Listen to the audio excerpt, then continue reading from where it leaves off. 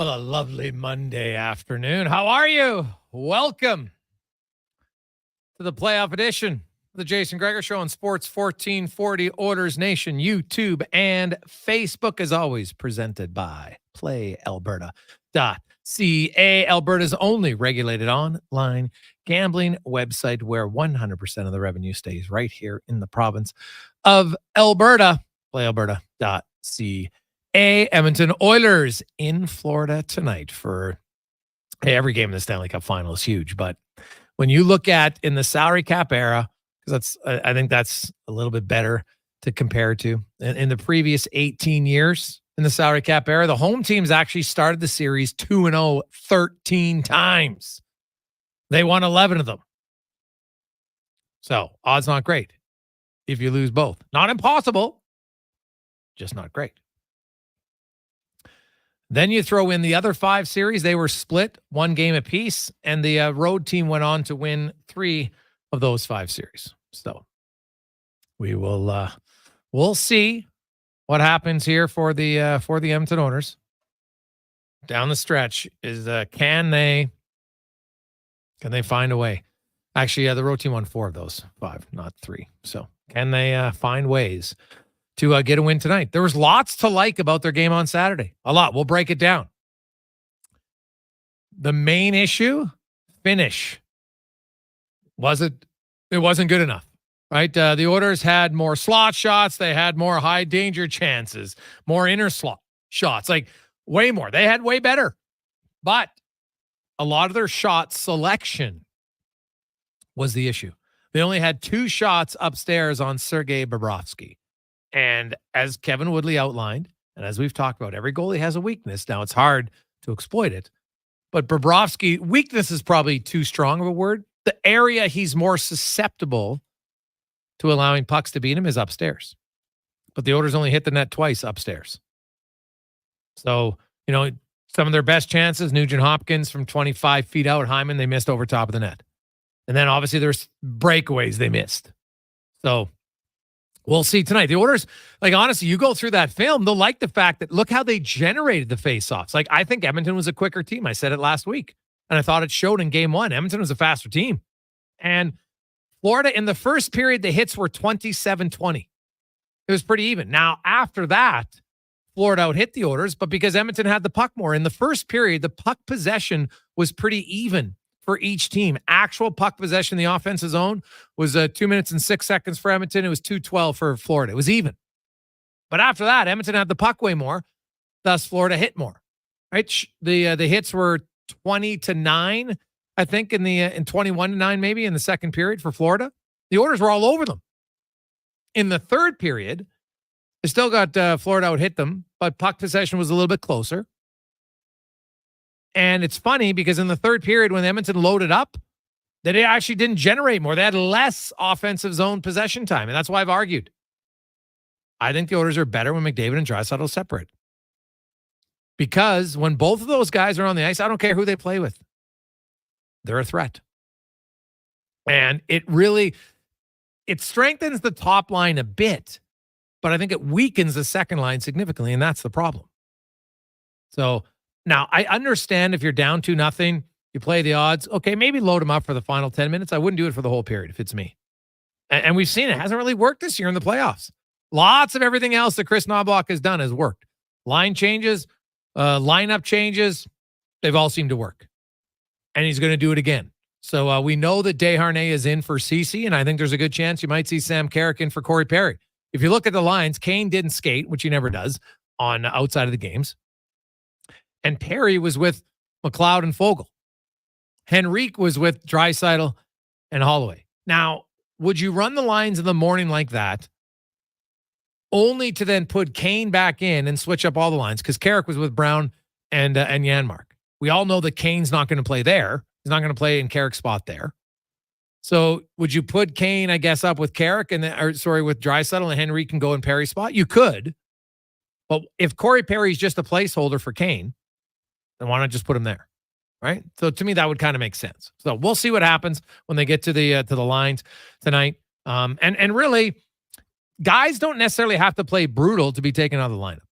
I don't think Cody Ceci was brutal in that game. Obviously he got beat to a puck on the second goal on the dump. And, not getting beat to puck's okay, one thing, but you can't get beat cleanly and not tie up the guy's stick. So he just puts the puck in front of the net. Obviously, Darnell Nurse, I don't know what he was thinking on that play. He clearly wasn't. That was a terrible position by him. He just got puck watching, didn't have a stick on the ice, had his toes pointed towards behind the net where he should be sideways. So now you're covering up. Think about it. If his skates are sideways on the ice, well, now that's basically 2 feet he's covered up, plus the stick on the ice.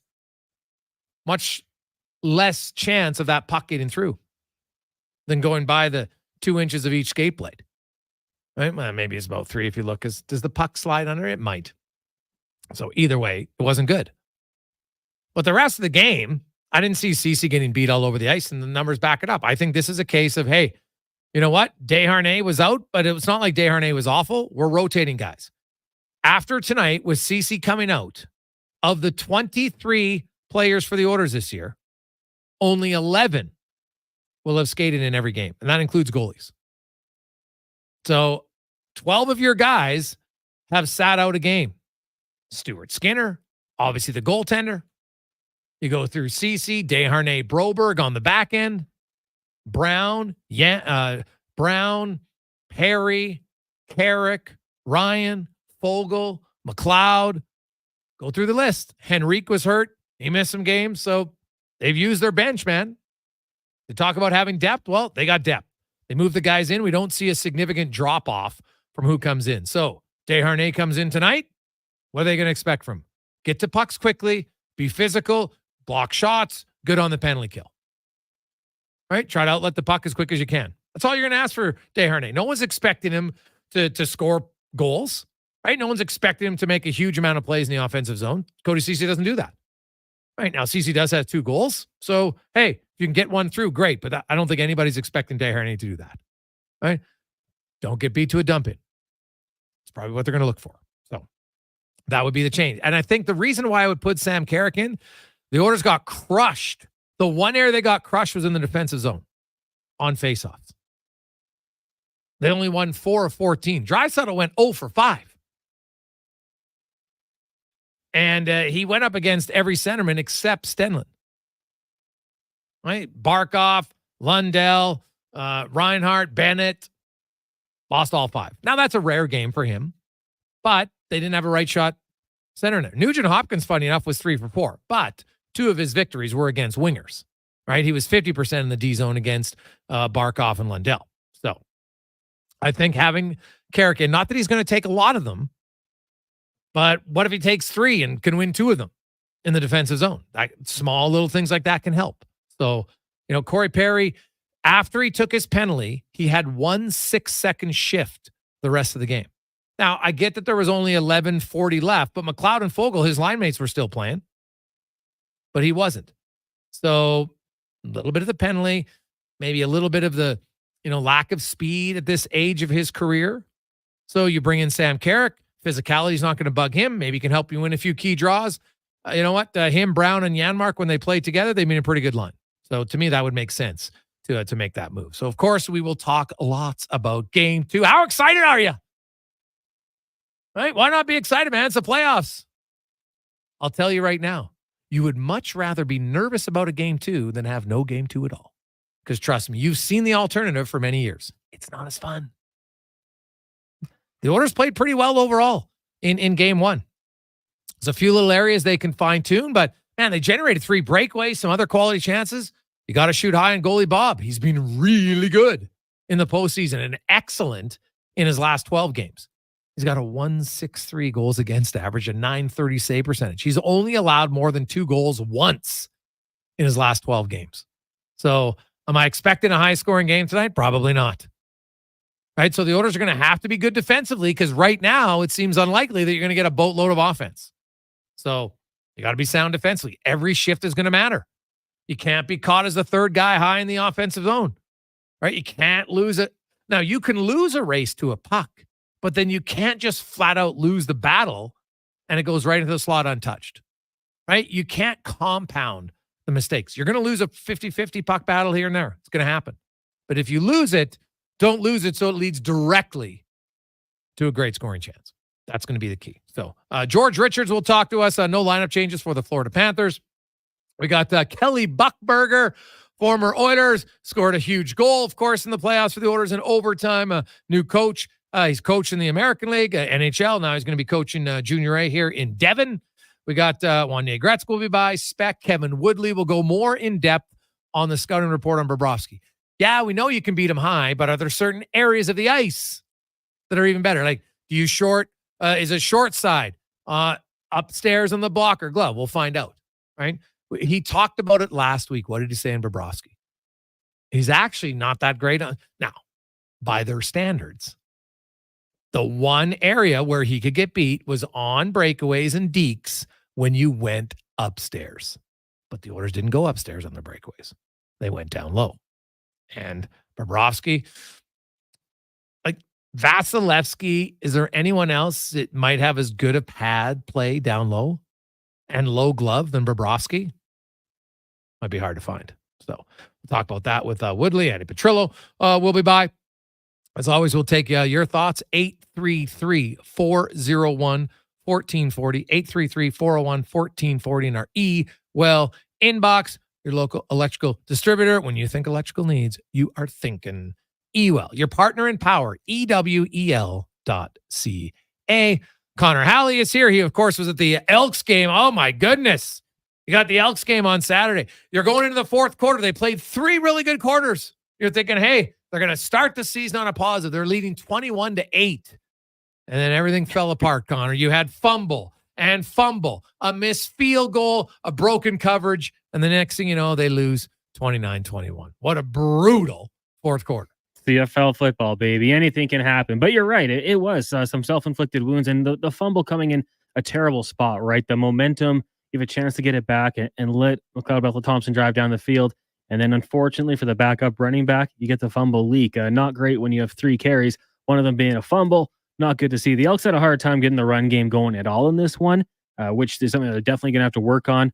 Positive. Defensively, they did very good against the run. But, yeah, the secondaries in this one, both teams were allowing the big play throughout the game. McLeod Thompson capitalized on a couple, but when it mattered, the Rough Riders made the plays that they needed to make. And, yeah, the crowd was feeling it. The crowd was into it. And then at 21 points unanswered in the fourth quarter, took the momentum right out of the building. It was tough to see. But, Gregor, I will say it's game 1. We're going to remain optimistic for the Elks.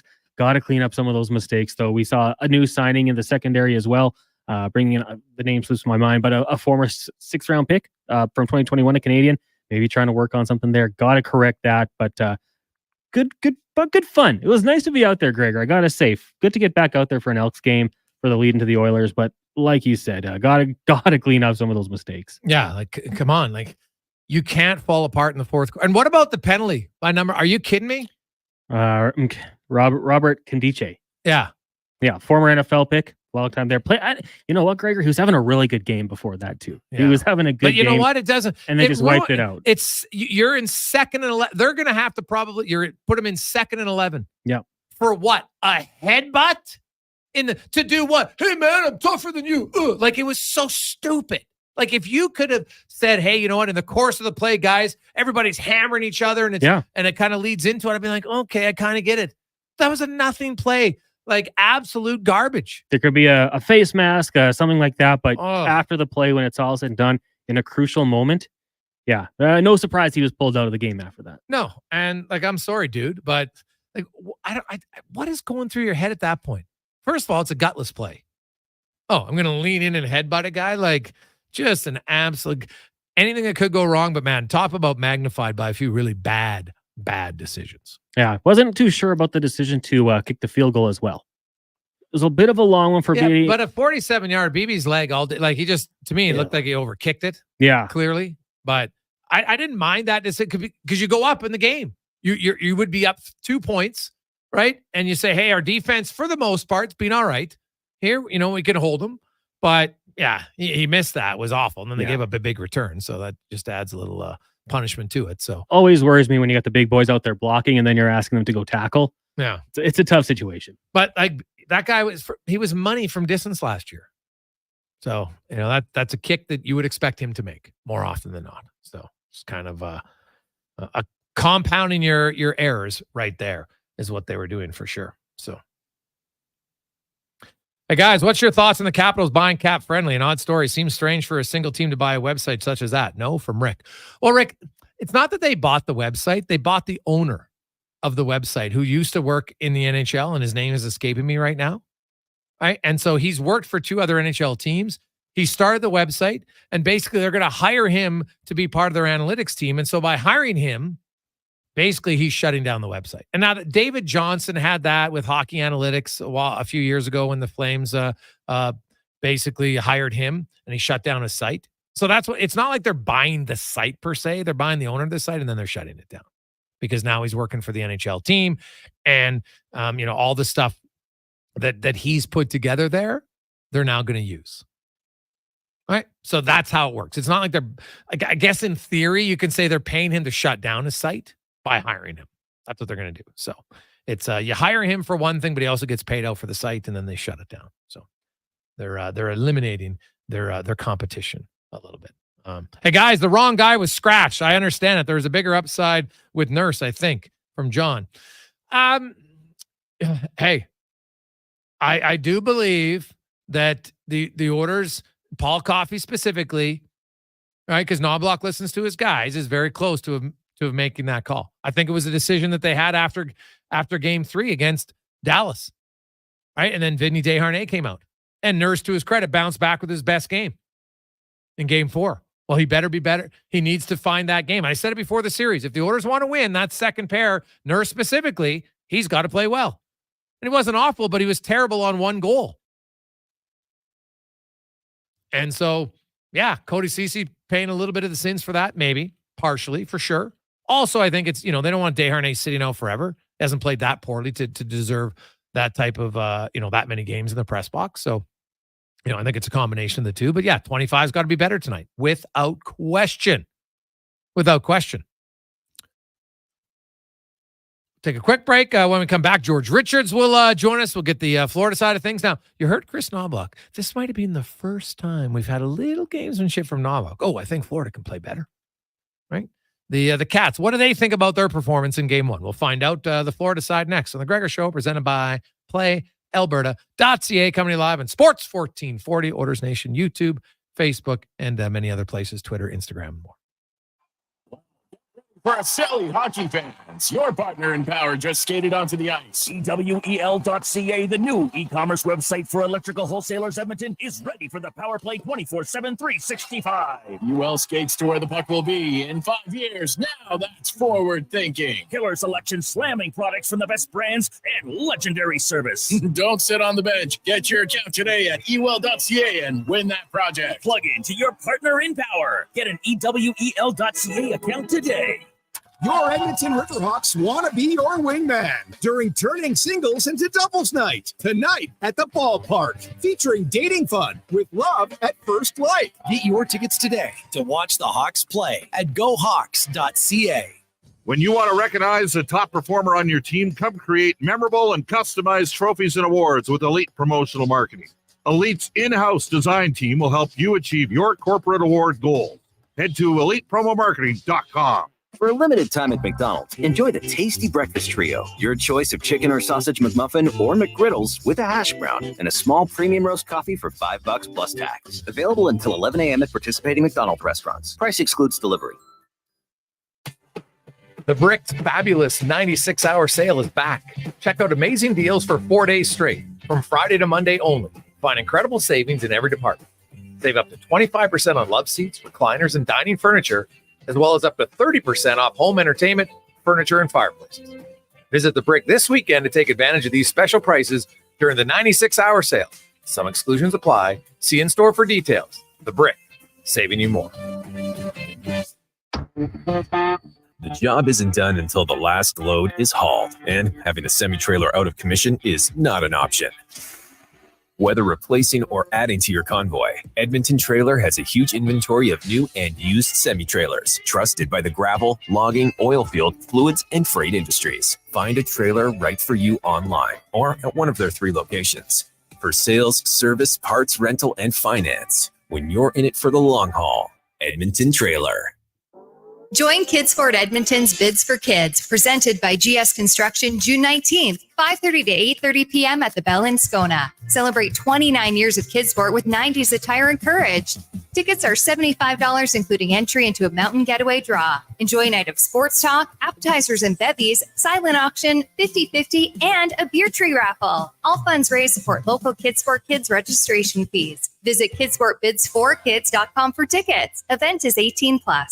Hold on to your hockey helmet, Edmonton. On the Rocks is serving up 60-cent wings that fly off the plate faster than a slap shot. And Molson Canadian for $4.50. OTR's TVs, they're so clear. You'll see the puck better than the ref. Plus, every game night during Edmonton's playoff run gives you a chance to be part of the Sack Attack. You could win a Hyman jersey. This is our year. And our time to cheer. Be a part of the legend. On the Rocks. On the Rocks. Jasper Ave 118. Cruise through summer with a sleek new Mitsubishi from Cross Mitsubishi. Explore the largest 2024 Mitsubishi inventory in Western Canada, including the dynamic Outlander PHEV and the sporty Eclipse Cross. At Cross Mitsubishi, you'll get 0% financing on all our 2024 models, including the RVR and Mirage. Plus, every Mitsubishi comes with a 10-year, 160,000-kilometer powertrain limited warranty. Visit Cross Mitsubishi today and drive your ambition. 9605 34th Avenue and crossmitsubishi.ca. A few years ago, I was doing okay, but the rising cost of living has made my credit card bills go through the roof, and I don't know how to handle it anymore. Times are tough. The cost of living is causing many to fall into debt through no fault of their own. It's easy to feel overwhelmed and stressed. There are options that can help you get back on your feet. My name is Parveen Middleton, and I'm a licensed insolvency trustee at BDO here in Edmonton. I can help you find a solution to become debt-free. Visit bdodebt.ca to learn more. Warmer, brighter days can make you crave something to sip. Booster Juice is busting out booster mixers, the summer fixers. Cold, tasty sippers in 5 vibrant varieties. The Mango Teaser, Berry Teaser, Almighty Acai, Game Set Matcha, and Oranges and Cream. Try all 5 and brighten your day a sip at a time. And try the Cookies and Cream Booster Ball, the yummy little bundle of almond butter, maple syrup, coconut, and gluten-free cookies. Visit a Booster Juice near you today or download the Booster Rewards app. Mr. 305.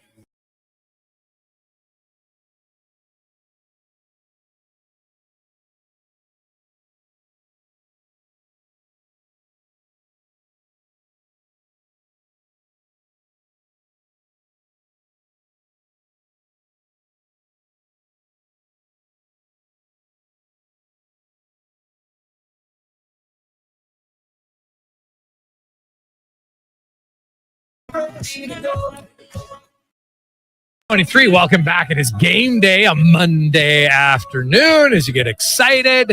Basically, just under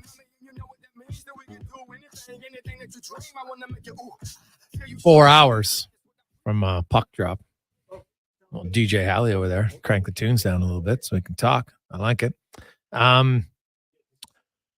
Oilers, one lineup change for sure, probably two. I think Carrick's coming in for Perry, which means, and it looks like Henry could play with Draisaitl and Holloway, and then Kane with McLeod and Fogle, which would have Carrick with Brown and Janmark. Those are all the lines except Perry was skating in place of where Kane would be, who does not skate on the morning as he's resting up as much as he can to be ready for the games. And on the back end, Desharnais in, Cody Ceci out.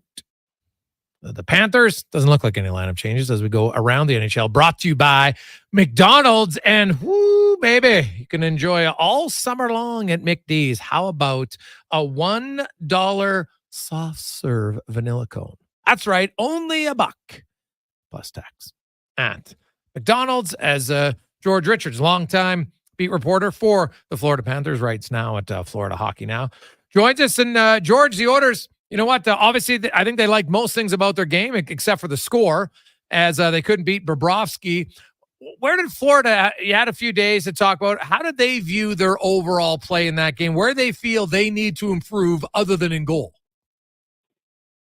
Yeah, I mean, if you're Edmonton, you're feeling pretty good, right? About game one, they did everything that they wanted to do except beat Sergei Bobrovsky. On the Florida side, I think, yeah, listen, for the first 40 minutes, it was all Edmonton, but Florida had the 2-0 lead.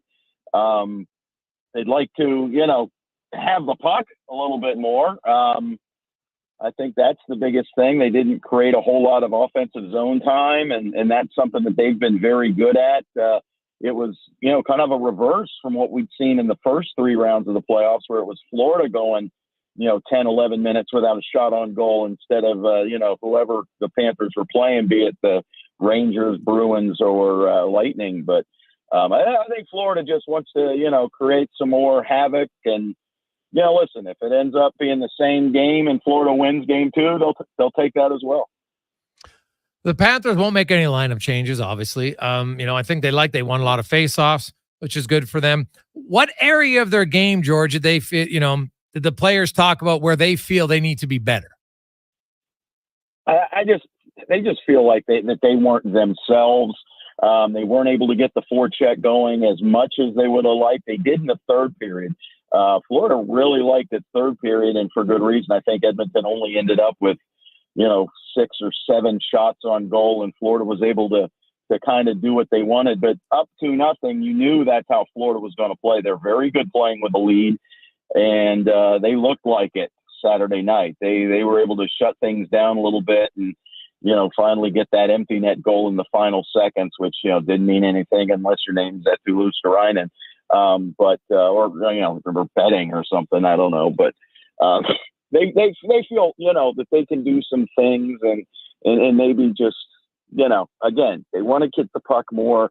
They want to slow Edmonton down through the zone. They came in with speed a few times that Florida didn't like that aspect of their game. And you didn't really see that in the third. So that's where the improvement needs to be. Yeah, no, that's fair. You're right. In the third period, they clamped down for sure. And it was the second period where Edmonton probably was the most freewheeling. They were unable to score. Mm-hmm. Although they did have multiple breakaways in the first period. Sergei Bobrovsky, his last 12 games, he's only allowed more than 2 goals once. That was in game 3 against the New York Rangers when the Rangers scored 5. Other than that, it's been 2 shutouts, 3 times 1 goal, and then the other 6 times he's only allowed 2. Like he's been stellar for them. And yes. I know we've seen all the numbers, the one area the area you have the best chance of beating him is up high. Easier said than done, of course, to do it. But you've watched him for a long time. Is this the most locked in he's been for a month straight? Absolutely. And here's the thing, though. He didn't have to carry Florida in the first 3 rounds. And in fact, if you looked at his numbers, they weren't all that impressive because Florida did such a good job of shot suppression that, there were some games against Boston and New York where he faced 18 shots or something in that neighborhood and gave up 2 goals. So his save percentage wasn't all that great. His GAA was terrific. And he doesn't care. He just wants to win. And like I said, if Florida plays the exact same game, if it goes down the same way tonight, they'll be fine with it. So will Bob, obviously. But he's been terrific. And he's been terrific now for about a year. Ever since the end of that Boston series last year in the first round, when he played the final 3 games, all elimination games, and Florida moved on.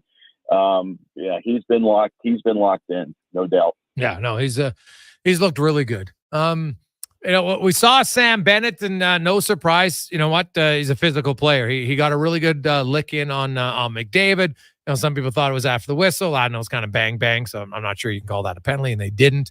Bennett in these playoffs, he's a unique player, and he not only can he bring the physicality, George, he's able to get good licks cleanly. Now, and some would say a little dirty maybe on Marchand, but he's a guy who can be a good hitter. It's hard to hit good players hard, and he's done it consistently. Yeah, no, there's a number of players, on the Panthers who are able to hit and then score on you, right, back to back. And that's kind of, Florida's game. They are a tough physical team. They wear on you. They grind you down. And then you've got, Bennett roll in and look like, Connor McDavid, not, just to name a player. They've got that real good mix of grit and skill. You've got that from Matthew Tkachuk, obviously, some others. And, that's the way they're going to play. And, listen, it got chippy a little bit. There were a couple shots, both, Tkachuk took one as he was skating towards the bench. He took a shot. I think it was Evander Kane that dropped him. This is hockey, man. That's how the game's going to be played, especially at this time of year. George Richards joins us.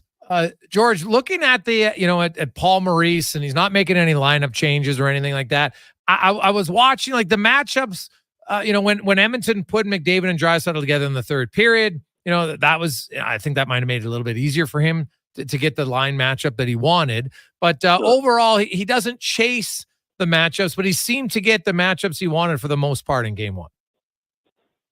Yeah, for sure. I mean, listen, the Panthers are a defensive. I mean, even if it's not Barkov, they've still got so many good 200-foot guys who can jump in there. Florida's top, 6 defensemen are all, pretty good. Maybe not, the names don't jump out at you, but they play very solid defensive hockey. I mean, the top defensive line for Florida is led by Sasha Barkov, and whoever's on the line with Sasha Barkov, right? Mm-hmm. So, but he can't be out there all the time. So, Sam Bennett's line did a pretty good job when it was out there. The third line with Anton Lundell, Florida's fourth line, can get its licks in. So Florida's very tight defensively. Listen, they tied Winnipeg for the fewest goals allowed this season, and they're among the league. And same thing in the playoffs. There were a couple games that got away from Florida, but like you just pointed out, a lot of those games Florida didn't give up more than 2 goals in any of the games. So this is a very strong defensive hockey team. You look at, the other, like the Rangers just aren't as good as the Oilers 5-on-5, right? And you mentioned that Florida didn't like how Edmonton, had their speed through the neutral zone in the first 2 periods. Leon Draisaitl said afterwards, "Hey, we played well, but we can still play better." So both teams feel they can play better tonight. Is there any key for you for Florida to take that all important 2-0 series lead tonight? What do the Panthers need to do to win?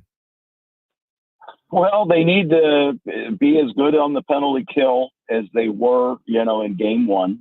They were 3 for 3 on the kill, and that was with 2 of their top penalty killers being in the box for 2 of those 3, and Gus Forsling and Kevin Stenlund. So Florida was at a little bit of a disadvantage on the kill on 2 of them, and did just fine. They need to continue that. We know how good Edmonton's power play is. Florida, could use a greasy one on the power play themselves because they're not going to get much going against Edmonton's penalty kill. And listen, Florida is going to have to get the forecheck going. They know it, and Edmonton knows it as well. That's been Florida's bread and butter for about the past year, and that's how they win games. And if they can get that going, they should be fine. George, enjoy the game and then the long travel to Edmonton for Game 3. Appreciate your time. All right. Good talking to you. We'll see you. You betcha. That is George Richards from Florida Hockey Now. Panthers, and it's true in the third period, but again, think about it. So the Panthers liked how they slowed down the Oilers in the third period. You know what the change was in the third period? The Oilers loaded up one line with David and Draisaitl. I get the theory. I understand it. But I don't believe that it's the best way for this team to win. I think they're better when they're apart. I truly do. And I understand you're losing by 2. I get it. You don't have a goal. But in the second period, they created a lot. They just didn't finish. So, you know what? If you wait till the last 10 minutes, I just think it might be better. So, obviously, they're going to start alone now. Get the lead, and then it's an easy decision. But I do believe the Oilers, when they have those guys apart, I think it allows chance to have momentum building shifts from one line through until the next. 833-401-1440. Lots of text flying in. Hey, guys, I'd love to hear your thoughts on the Oilers and the Panthers, the game within the game. The Oilers shot a lot of low shots. I was wondering if that was by design to get Bob to cheat and cover the bottom part of the net for Game 2 from McGavin. No, Bob doesn't cheat to cover the bottom part. Like, he might have one of the best pads, lower game in the game. Probably has the best low glove for sure in the NHL. That's how he plays. I think, if anything, Bobrovsky, you know what? The Panthers and Bobrovsky got the Oilers to shoot where they wanted. Edmonton only had 2 shots upstairs. And I will tell you, there's no chance their scouting report didn't say shoot upstairs. on Bobrovsky. Now, that doesn't mean you can all the time. I understand it. But go back to the Vancouver series. What changed in games 4, 5, 6, and 7? Go look at Edmonton's goals. Long shots up high through traffic. And that's where Sheilov struggled. So I look at the Oilers tonight. Don't be surprised. Now, they're going to have to hit the net, right? Hyman went high, right in front, missed. Nugent Hopkins from 25 feet, really good chance. Bob was out of position, missed high. So they were going there. But if I look at the Oilers tonight, I would definitely expect more shots that are going to be looking to go upstairs. Now, that doesn't mean they'll all go in. But 2 out of 32, not enough to the area where the goalie is most susceptible to be beat. You just can't do it. 833-401-1440 is the Gregor Show, presented by PlayAlberta.ca. We'll take a quick break. We got Cam Tate and the 2-minute warning coming up. Also, your thoughts on the line changes. Desharnais in, CC comes out. NBA talk. We might talk a little bit about that, man. Talk about one shot that really seemed to just be gut-wrenching. So the Mavs are pulling in close. They had a really good final few minutes of the second quarter. They pull within 6. And then the Celtics drain the old halftime buzzer beater from half court. And all of a sudden that's 6, because 6 to 9 is a big difference. And now you go into halftime and you're like, what? It was all ruined. And then they never got close again. And the Celtics are up 2-0 in that series.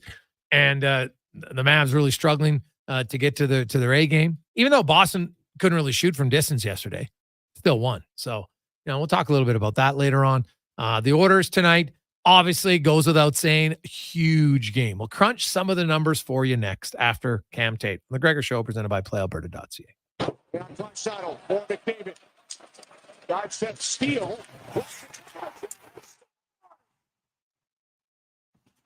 Let's bring it home. This is Sports 1440. Move Water is your one-stop shop for all things water. From freshwater to wastewater, we've got the pumps and solutions to keep your water moving where it matters most. Move Water, your water solution experts. Visit movewater.ca today. This spring, experience innovation. Thanks on the there, road Jason. at Volvo Cars Everything Edmonton. okay? Need a Right haircut? now, Okay, lease from here we go. 0.99% Edmonton, or you save can up to relax. $4,000 The on sky, select models it ain't for falling. qualifying Love loyal saying Volvo ain't on Cars the... Edmonton customers. Plus, save Alan Mitchell. $5,000 on all new and demo 2024 A little while ago. XC60 Recharge plug-in hybrid models. Discover why we're Canada's only 13-time Volvo Excellence Award winner. Chat online at volvocarsedmonton.com or visit 1205 101st Street Southwest. Silent Ice Sports and Entertainment is an innovative market leader across Western Canada with sports and entertainment properties including the Spruce Grove Saints, the Junior Prospects Hockey League, Silent Rides Charter Company, the Hockey Super League, and the newly launched Female Super League. Silent Ice also owns the Western Hockey League Seattle Thunderbirds and operates the Morinville AAA Arena. The Silent Ice Center, a new state-of-the-art entertainment facility, is open in Nisku, which features 2 sheets of ice, including a 1,600-seat arena and a restaurant with a viewing area. Actions speak louder than words. Japa Machinery Group puts your construction plan into action with XCMG construction machinery you need. Available for rental or sale. Learn more at japamachinery.com. Hey, Edmonton sports fans. My name is Jonas Knox. I host 2 Pros and a Cup of Joe for Fox Sports weekday mornings from 4 to 7. Brady Quinn and LeVar Arrington join me, and hopefully you will too, right here on Sports 1440. Christensen Communities, the name in active adult living. Enjoy retirement living without compromise. At Christensen, we understand that each lifestyle is unique. We are committed to providing choice through optional dining, personal services, recreation programs, and care plans to suit your current and future needs. Enjoy maintenance-free living and build new friendships in a safe, independent community. Large suites with full kitchens and in-suite laundry, on-site amenities, and so much more. Find out more today about our communities across the province at cdlhomes.com. Scott here from Sherwood and St. Albert Dodge. It's our biggest sale of the year. This month, every new and used vehicle we have has been marked down and priced to sell. We have Ram trucks that are 25% off, brand new trucks, and we have hundreds to choose from. We have 0% financing up to 72 months on Grand Cherokee. Even though we know our prices are great, every single offer will be considered. We will work to get you the best financing terms. We will pay top dollar for your trade. We will do what it takes to earn your business. It's our biggest sale of the year, and it's on now at St. Albert and Sherwood Dodge. Dodge. The playoffs are wild. We all know that. And this year, Play Alberta is making it even wilder. Make a deposit with promo code Gregor50 to snag a $50 free sports bet with your next deposit. Get ready for unbeatable promotions throughout the playoffs with 10+ odds boost on every Oilers playoff game. Score a chance to win a pair of lower bowl or even exclusive sweet tickets for an Oilers playoff game just by making a bet on an Oilers playoff game at playalberta.ca. Bonus terms and conditions apply. It feels like the cost of everything has been going up and up and up. That's why Encore's electricity rates are getting really low. With our rates falling lower, you can feel carefree about your bill. A low rate means lower stress. Switch to a new fixed-rate electricity plan with Encore by Epcor and save. Get the lowdown And stay carefree at encore.epcor.com/lowdown. Customers are free to purchase natural gas or electricity services from a retailer of their choice. For a list of retailers, visit ucahelps.alberta.ca or call 310-4822 toll-free.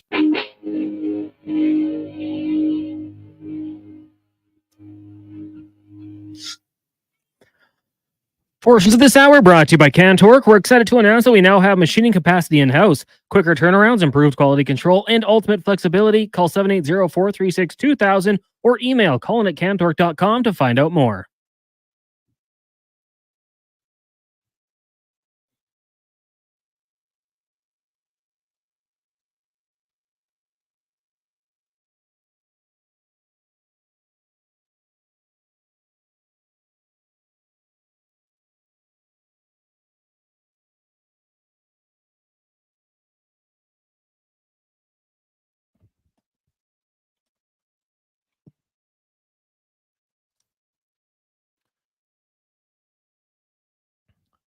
.243. Welcome back. Jason Gregor Show alongside Connor Halley on Sports 1440, Oilers Nation, YouTube, and Facebook. What I love about the playoffs is the passion. So Lance is listening to the show, with his headphones on while he's waiting in line at the Moss Pit. What? So it opens up at 4:00. He's already in line. Like, is that how early you have to get there to get in? That's dedication, or is there just like primo spots? Because like once you get in, if you're there 2 hours and you're just standing around in the Moss Pit, because I know there's not like little squares on the ground that get you to where to stand, but I'm assuming there's some prime real estate right in front of the big screen. So Lance, let us know when you get in, like what's showing on the big screen. Are they showing highlights of previous Oilers games? I'm curious. I'd like to know. I did stop in the Moss Pit briefly for say hello. I think it was game 3 of Vancouver series. I think it was game 3 of Vancouver series. So, but that's it. So I'm curious how many people are making their way down. Like when does it fill up? The point you can't get in. Like if you got to be there an hour before just to get in. I'm very curious. I know, hey man, I love the people that are that fired up to want to get there. Want to get a prime standing spot. Like, do you need to be where the dance off? Because I've noticed a lot of dance off videos. It shows people are having fun. I think it's great. Keep it up. Enjoy it. And you know what? More dance videos, less fight videos, which I think is being the case. Awesome, Oilers fans. You're doing good. You're doing real good. Now, let's get to the 2-minute warning brought to you by Legacy Heating and Cooling. They're just saying, sending good vibes to Nugent Hopkins, Hyman, and the rest of the team. Good commercials, better vibes. LegacyHeating.ca. Here's the 2-minute warning with Cam Tate, who's a longtime journalist in town who has cerebral palsy and has always wanted to be in radio, but due to his ailment, kind of struggles. But with the wonders of technology, we take Cam's written words and they come to life on radio. Thanks there, Jason. Everything okay? Need a haircut? Okay, here we go. Edmonton, you can relax. The sky? It ain't falling. Love saying ain't on the radio. The score sheet said the winning team won 3-0 Saturday night, Stanley Cup final. Game 1, Edmonton Oilers. Florida Panthers. A 3-0 game usually suggests that the team who scored was pretty good. And yes, Florida was good, but not right home to Grandma Anderson good. Not good enough to consider this best-of-7 affair will end before you can say, Bobrovsky, 970 and 86 times. Florida goalie Sergei Bobrovsky. Bob, they call him. Now, there's someone who was not good Saturday night. No. He was phenomenal, sensational, unbelievable, out of this world, and so many more words that honestly don't really describe the game he had. He was beyond good. The question is then, can he do it again? In other words, can Bobrovsky continue for 3 more games, making saves the goalies from the Los Angeles Kings, or the Vancouver Canucks, or the Dallas Stars could but not? If he can, the Panthers will be royally rewarded. With all due respect to Bobrovsky, I would be shocked, totally shocked, if he can maintain it on a consistent basis. It's with that philosophy that strongly suggests the Oilers are far from out of this series. Edmonton was the best team on the ice Saturday night. If they bring that type of game, I really think the Oilers will fly home with this series tied. The Oilers have been in this movie down a game before. And look where we are, not seeing Oilers players on local golf courses, but in the Stanley Cup final. And as Jason Gregor told Alan Mitchell a little while ago, right here on Sports 1440, the Oilers are 5-1 when they're behind a game in a series. 5-1. I like the Oilers' chances of winning tonight. Very much. The Edmonton Oilers, they're just fine. And you can write a very confident letter about that to Grandma Anderson. 2-minute warning, Cam Tate. Monday, Friday, Jason Gregor. Show Sports 1440. Oh. Is there an inside joke there on Grandma Anderson? Cons? Do we know who Grandma Anderson is? I do not know Grandma Anderson. Now I'm intrigued. I need to know. I need to know. So, away you go. Hey, guys, they cap the amount of people that can go, and you have to be there at least an hour to an hour and a half before puck drop if you want to get in. That way, more people in there, and I'm not sure it has to be at least a quarter of the people allowed a few years ago. Last couple of years were much better. Now it's pretty much dead, in my opinion, from Steve. Interesting. Now, yeah, I wonder, is the fire marshal, did they get involved in the amount of people you could have in one place? Right? I would think there was a limit. I was told it was 4,000 to 5,000. Are you telling me there used to be like 10 grand in there? I could see it. See. Hey, boys, we went to Game 2 Vancouver an hour earlier and didn't get in. We had to watch through the gate from the outside, and the security kept coming by to tell people not to touch the gate from J-Rock. Oh, yeah. So you got to get there now. I see why Lance is in line. That's dedication, man. So you got to get in line. And then they open the doors, what did he say, 2 hours before puck drop. And you pretty much got to be there 2 hours, an hour and a half before just to get in. Never mind waiting in line. So it sounds like you got to be there 3 hours before the game if you want any hope of getting in. So it's dedication, man. Dedication. So, hey, boys, I just dropped my daughter and her friends off at the Moss Pit. They want to get there early. They couldn't get in last game. Gary. Yeah, see? People are dedicated. I mean, like, think about it. I understand why people do it. And you know what? I think this is bringing us back to different times. People nowadays, not everything was just, I get to just show up at the last minute because it's convenient. Ask anybody who used to want to get concert tickets. It wasn't just sit on your phone and then log in at 10 a.m. and hope you could get in. No. You had to camp outside, right, to try to get tickets to a concert. Or if you wanted to get to a store sale. It's different time now. Right now, some would say maybe it's better. Others would argue that it's not as good because it's a lot of the same people who always seem to get in on online through Ticketmaster, and then jack up the price significantly. But you want to go to a concert, even you would get your sleeping bag, and you would wait in line. How many of you out there would show up the night before? Tickets used to go on sale at 10 a.m. You were camping overnight. Many of you. Personally, I never did it, but I respected those who did. Cons, were you ever an overnight in-line camper? No. Earliest I did, I told the story before, waiting for autographs from The Rock and Owen Hart. We were here probably 5-6 hours before, waiting at the mall, right by the ice rink, sat there, first in line, had food deliveries dropped off, but I never got a chance to pull the overnighter. And I wanted to. For Madden, back in the day, never got permission from the parents. Really? Yeah. Just go. So did get it later. You get the autograph? Oh yeah, we were the first ones to get them.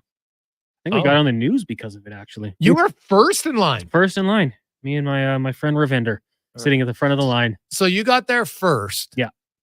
At 5 hours before. 5 or 6. It was early, yeah. Okay. And then what about the second people? How much of a gap was between you and number one as far as arrival time? It trickled in, probably like 30 minutes to an hour. Okay. And then by the time we were up there, it was probably a couple hundred deep. Okay. Last Saturday, the Lego store was lined up, which was kind of cool to see. Oh yeah, because there's some new Star Wars edition of Legos. Yeah, something like that. I love this. I love Lego. I'm just not sure I love it enough to stand in line, that's why I can respect. Everybody has to pick what they value is worth waiting in line for. I think it's great. You decide. Some people are like, I'm getting in line 5 hours before for an autograph. Others are like, no chance. Other people are like, I'll get to the moss pit 4 hours before just because I want to get in. So pick your poison. I think it's great. Like, who knows when the Oilers will be back in the cup? I would think there's a good chance McDavid and Draisaitl are here for a while. They could be back in the next few years, but you never know. There's no guarantee. That's what makes it exciting. And when you're younger, man, you're a little bit younger, you should be doing it. Now you get old, you get a little crusty and jaded. Maybe not. You're not as willing to do it as much. But when you're younger, man, live it up. You know, you got young kids, young adults are like, hey, do you want to drop us off? 100%. I would do it. I'd have no problem. I'd be like, great, enjoy it. It's a life moment. It's an experience you'll remember with your friends, right? Like, look, Ravinder probably still live it up talking about the autograph signing. Well, I mean, I think of the 06 run that the Oilers had. I still those are the best times of my life hanging with the buddies, watching games. These are the best times they're going to have going down to the moss pit, hanging out with the crew, having some drinks, getting involved in dance-offs. Like, I say live it up. Good on those who adapt too and get down there early. Hey, guys, we used to wait for last call at the St. Albert Inn, grab a case of off sales, and then sit in the parking lot at Westmount and wait for Woodward's to open. Woodward's. That's a classic. I wonder what for. Yeah, like there had to be a Record big or sale on. something? Yeah, like what's going on? A new record come out? Right? I could see it. So, why not? Hey, boys, slept outside Festival Place in Sherwood Park for Tragically Hip tickets. Unreal from Husks. There you go. See? Lots of people have done it. I remember people used to wait out. I remember even in 06, if I'm not mistaken, and some of you can tell me if I'm wrong, but I thought in 06 still, people were waiting outside at Rexall Place at the ticket office to get tickets. Am I dreaming that? Or maybe it was 97. I thought it was 2006. I know some of you waited out line then. So let me know. Like, that's not that, let's say 18 years ago, but it's not like it's that long ago. Right now, waiting outside for concert tickets, we got to go back into the 90s, I think. Maybe early 2000s, maybe. So Was there? Hey, boys, Woodward's used to sell the tickets. There you go. All right. I was going to say, was there a kiosk in the mall that used to sell tickets, like a Ticketmaster? Oh, yeah. As well? Oh, yeah. That's pretty smart, actually. Wait outside Woodward's just to get your tickets. Now, they obviously must have only had select ones at each location, right? So you got to pick your poison. Which Woodward's, do we think we can get to the best opportunity to get the tickets? Nice. Woodward's had the Bass ticket sales. That's where we need to get our tickets for concerts. There you go. I like it. Hey, boys, my sister and I camped outside Coliseum before the Stanley Cup deciding game versus Boston in 1988. We got 3 singles. 99's last game as an Oiler. Wow, from Dunner in North Van. Ooh, see? Sick memory. Think about that. Not only did they win the Cup, but it was also Gretzky's last. Now, who knew at the time? But that would be worth it. And sitting in the singles, who cares? You're just like, whatever. We're in the building, baby. We're in the building. Fantastic. So, I like it.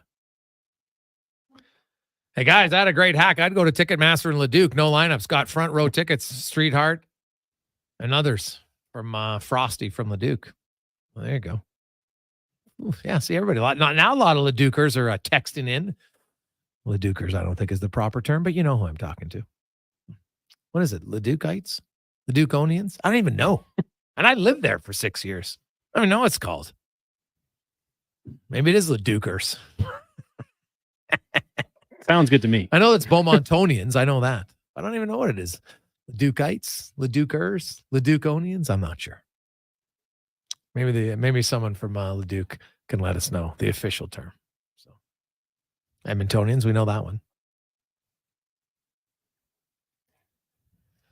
Hey, boys, waiting in line for 6 hours outside Westmount Woodward's. during a GWG promotion for Gretzky's autograph. Northside Lou. GWGs. Classic. The old game-winning goal or the jeans? Which one do you prefer?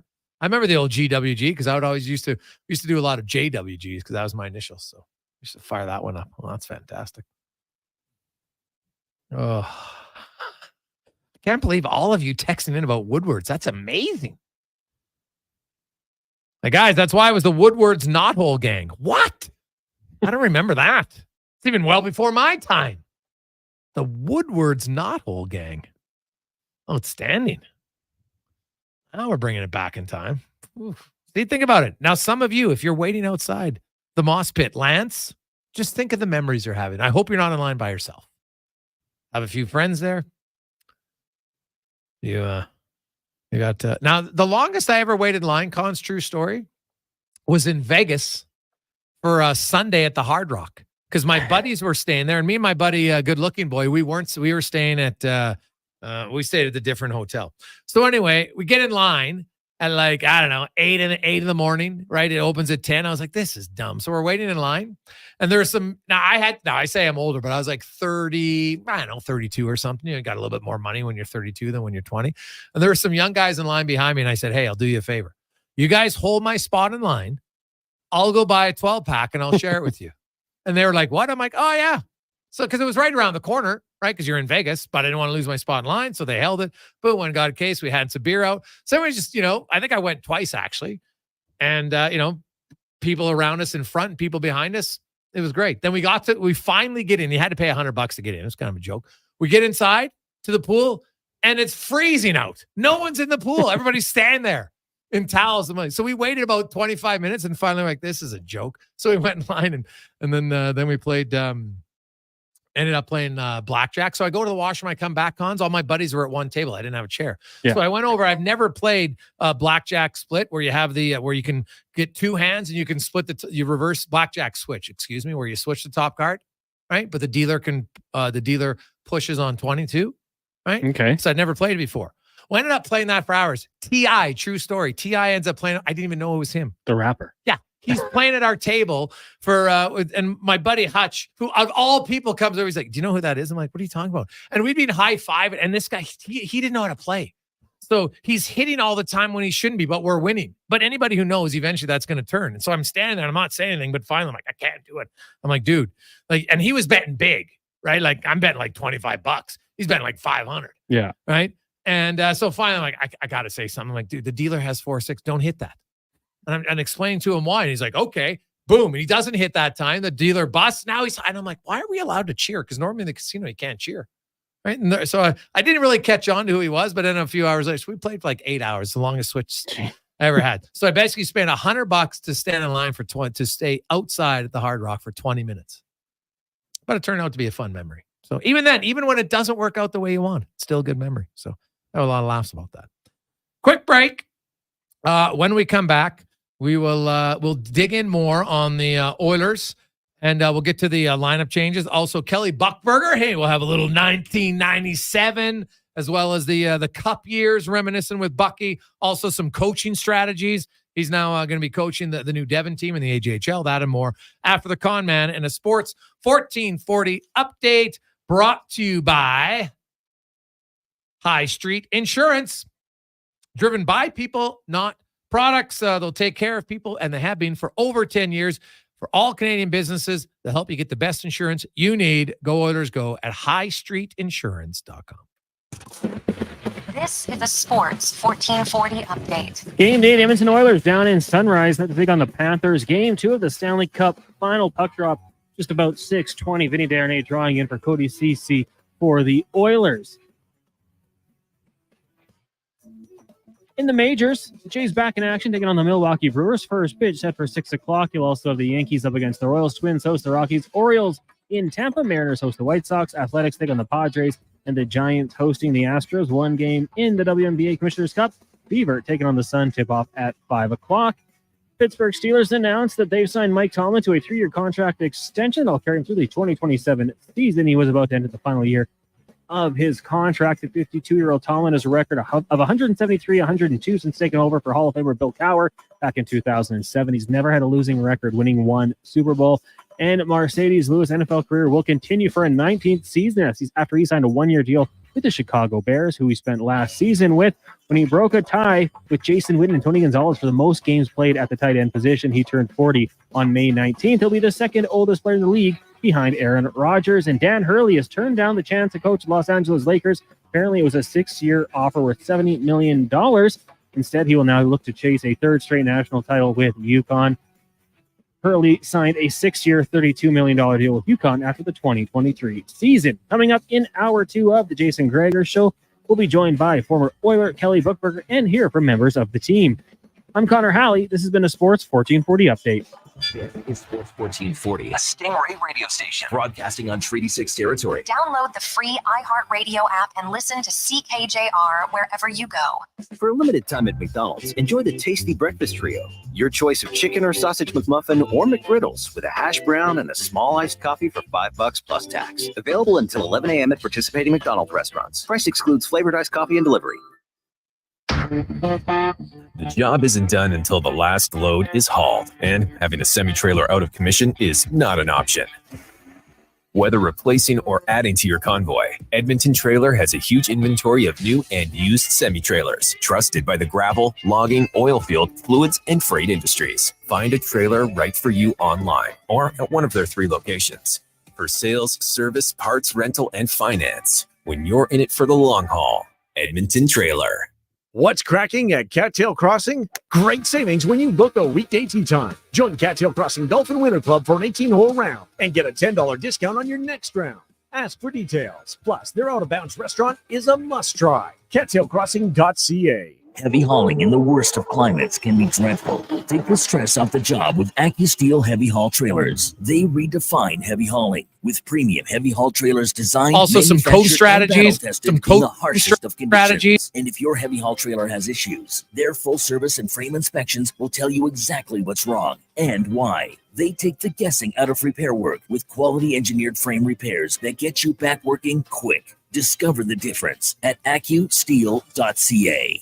Hey Edmonton, ready to power up your projects with unbeatable strength and efficiency? Step into Edmonton Kubota, where our massive inventory meets all your needs. From rugged tractors and loaders to nimble mowers and utility vehicles, we've got the machines that work as hard as you do. And guess what? This month, we're rolling out exclusive deals that'll make your heart race faster than our engines. Drive down to Edmonton Kubota or visit EdmontonKubota.com to discover how we can boost your efficiency, productivity, and fun. Edmonton Kubota, powering your passion with every turn of the key.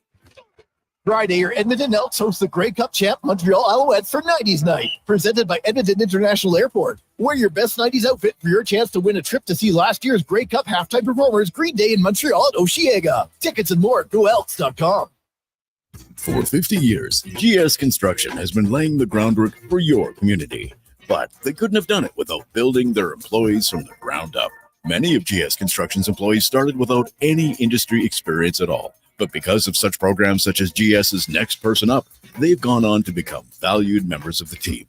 If you want to join the team as a laborer, pipe layer, or pipe layer's helper, lead hand, operator, top man, or woman, or water and sewer foreman, visit gsconstruction.ca. At Fountain Tire, success is a team effort. They're committed to their team members and their customers. And that means treating your vehicle like it's their own and finding solutions that suit your needs. Because whatever the road brings ahead, they're on it with you. Visit fountaintire.com today.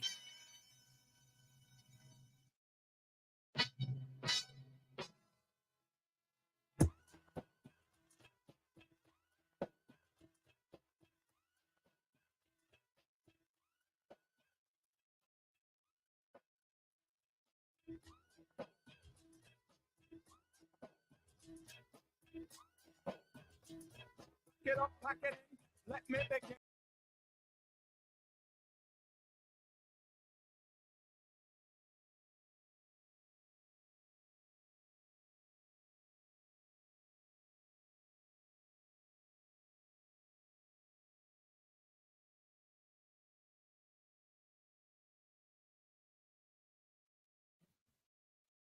Just after 3 o'clock. Welcome back, Jason Gregor. Connor Halley with you on Sports 1440, Oilers Nation, YouTube, and Facebook. The Gregor Show is always presented by playalberta.ca, where you can get in the game until the playoffs end. Make sure to use the promo code Gregor50. It's Gregor50. We'll get you a $50 free play with a minimum $5 deposit. So it's easy. Good luck. Do you feel like the Oilers can get the victory tonight?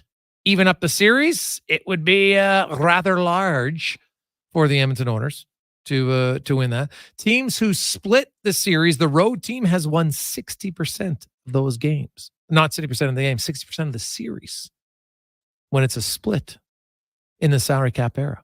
When the home team wins both, they've won 83% of the time. 11 out of 13. So, hey.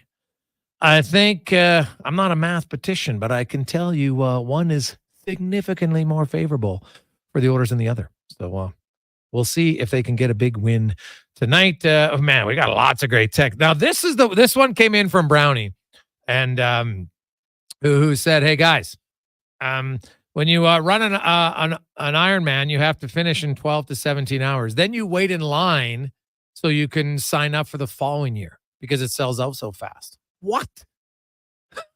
Hey, what's your reward for finishing? I'm dead tired. Well, now I got to wait in line and see if I can get in for next year. That's dedication, man. Like, honestly, like Iron Man and Ultra, man, it's like that's a different level of commitment. Like, you wait in line to go to a concert, like, man, I'm really enjoying myself here. Going to get to see my favorite band or my favorite team or my favorite wrestler or whatever it is.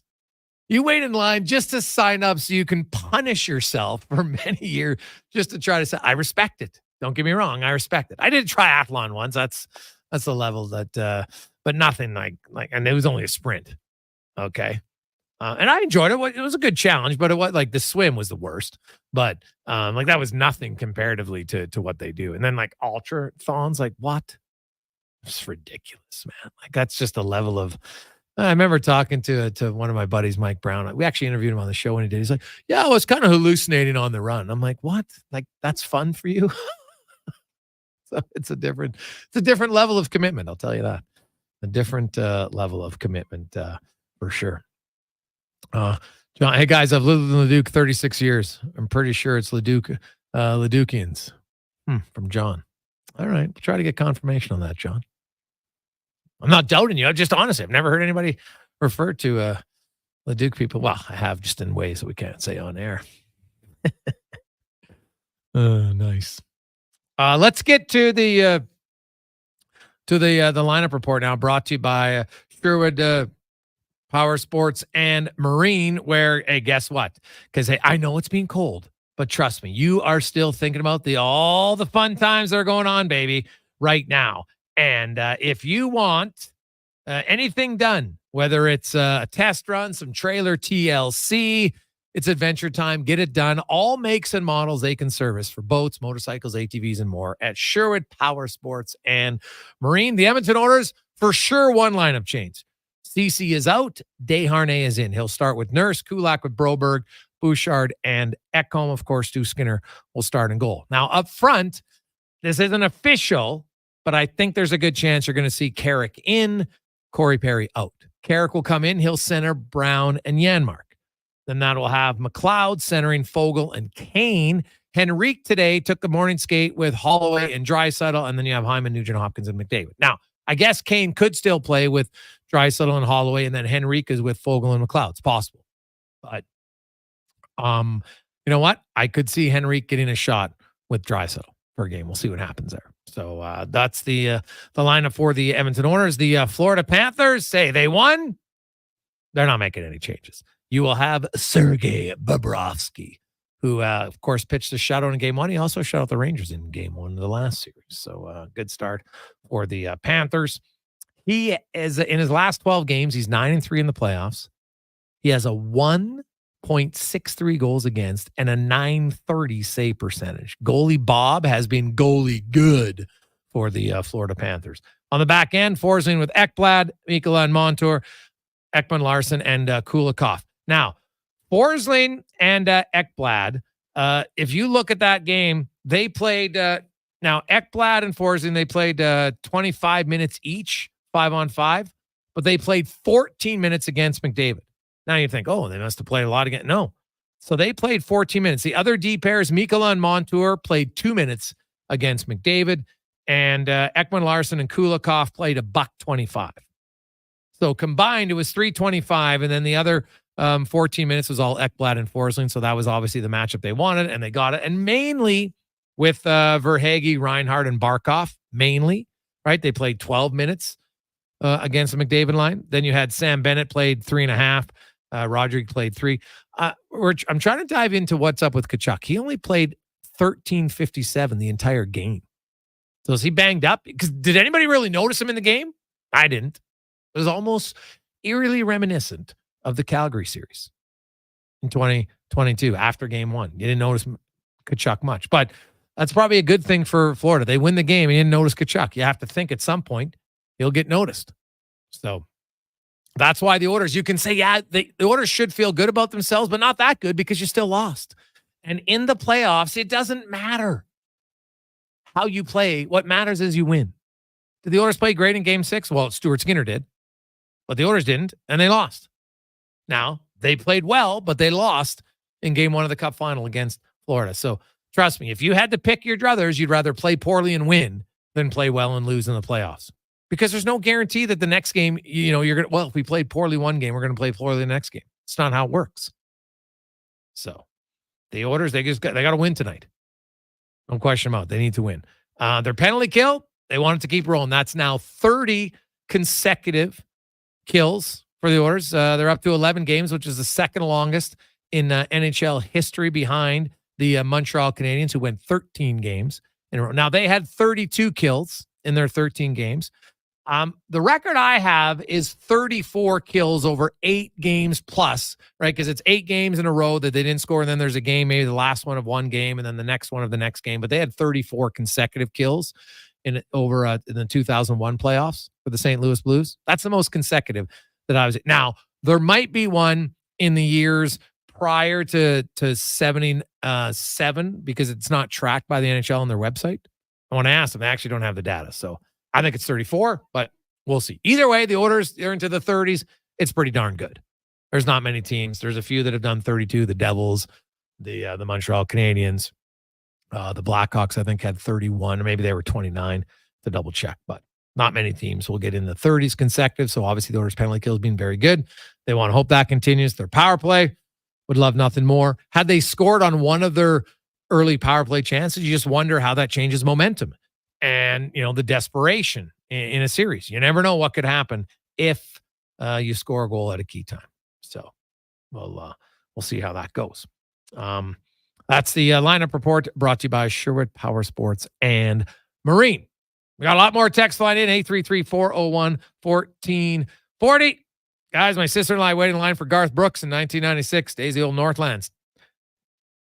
We got there at 10 a.m. We got in with tickets at 7:30 just before it came on. It was glorious from Dennis. Oh, yeah, old Garth.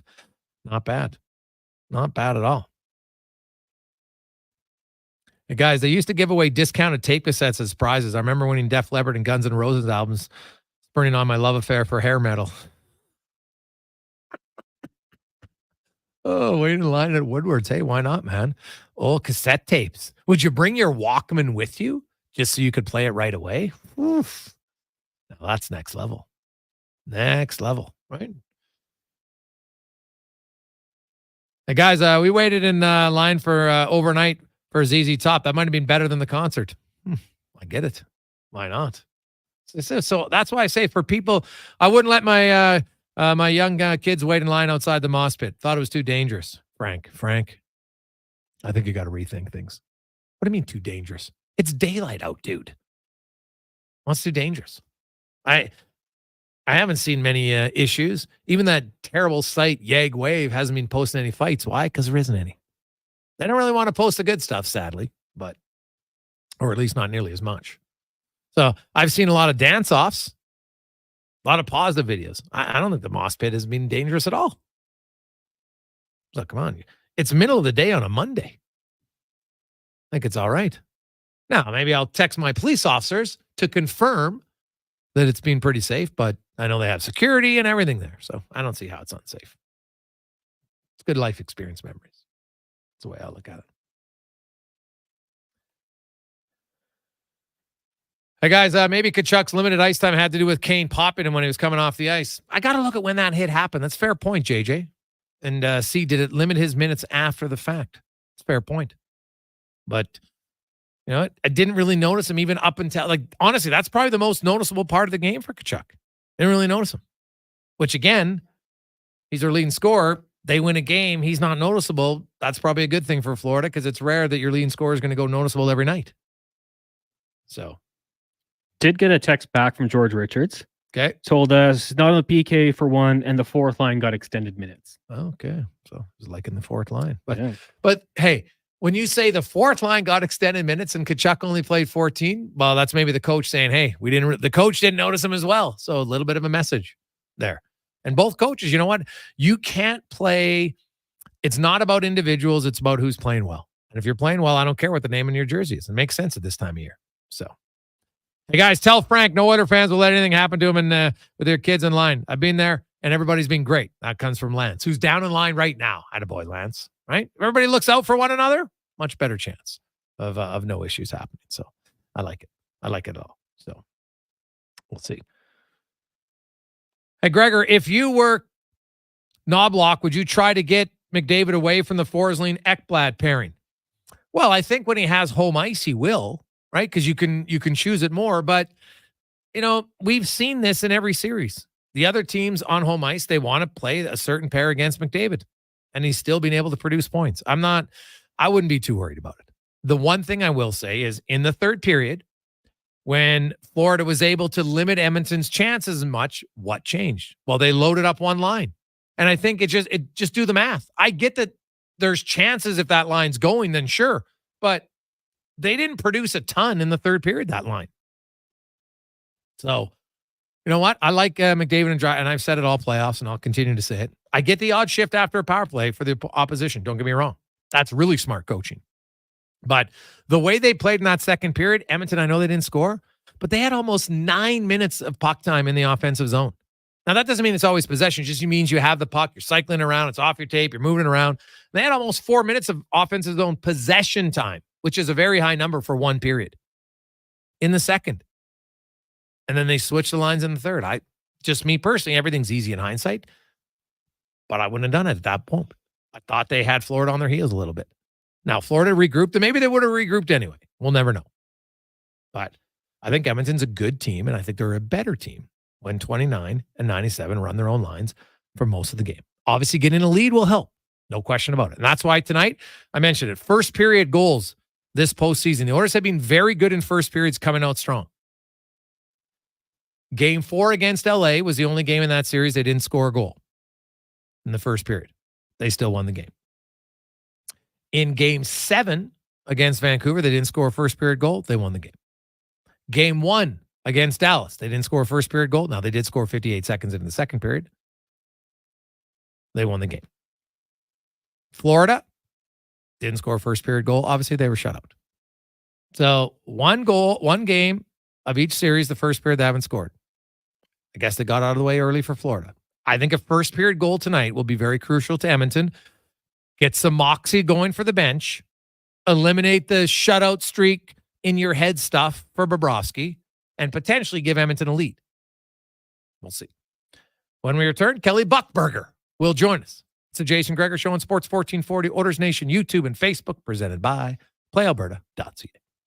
The playoffs are wild. We all know that. And this year, Play Alberta is making it even wilder. Make a deposit with promo code Gregor50 to snag a $50 free sports bet with your next deposit. Get ready for unbeatable promotions throughout the playoffs with 10+ odds boost on every Oilers playoff game. Score a chance to win a pair of lower bowl or even exclusive sweet tickets for an Oilers playoff game just by making a bet on an Oilers playoff game at PlayAlberta.ca. Bonus terms and conditions apply. CW Eves Troughing is busy. That's why they're looking for experienced troughers to run one of their trucks. To get paid top rates, contact CW Eves Troughing at 780-435-1492 or email info@cweves.com. A solid financial plan is made up of more than just investments. Investments are an important part, but you need a more comprehensive approach. Vincent Pearson at Weird Pearson Akel and Associates Private Wealth Management understands that. He can help build a plan that includes retirement, estate planning, personal insurance, tax strategies, and yes, investments. Talk to him today and see the difference a real financial plan makes. Weird Pearson Akel and Associates. Call 780-988-4119 or visit weirdadvisoryteam.com.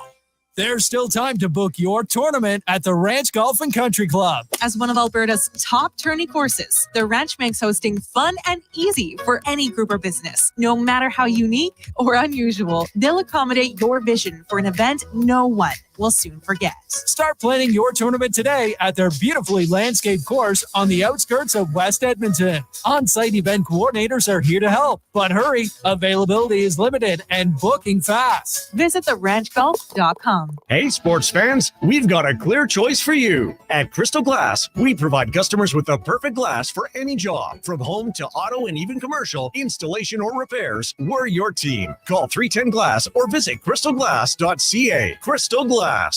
This spring, experience innovation on the road at Volvo Cars Edmonton.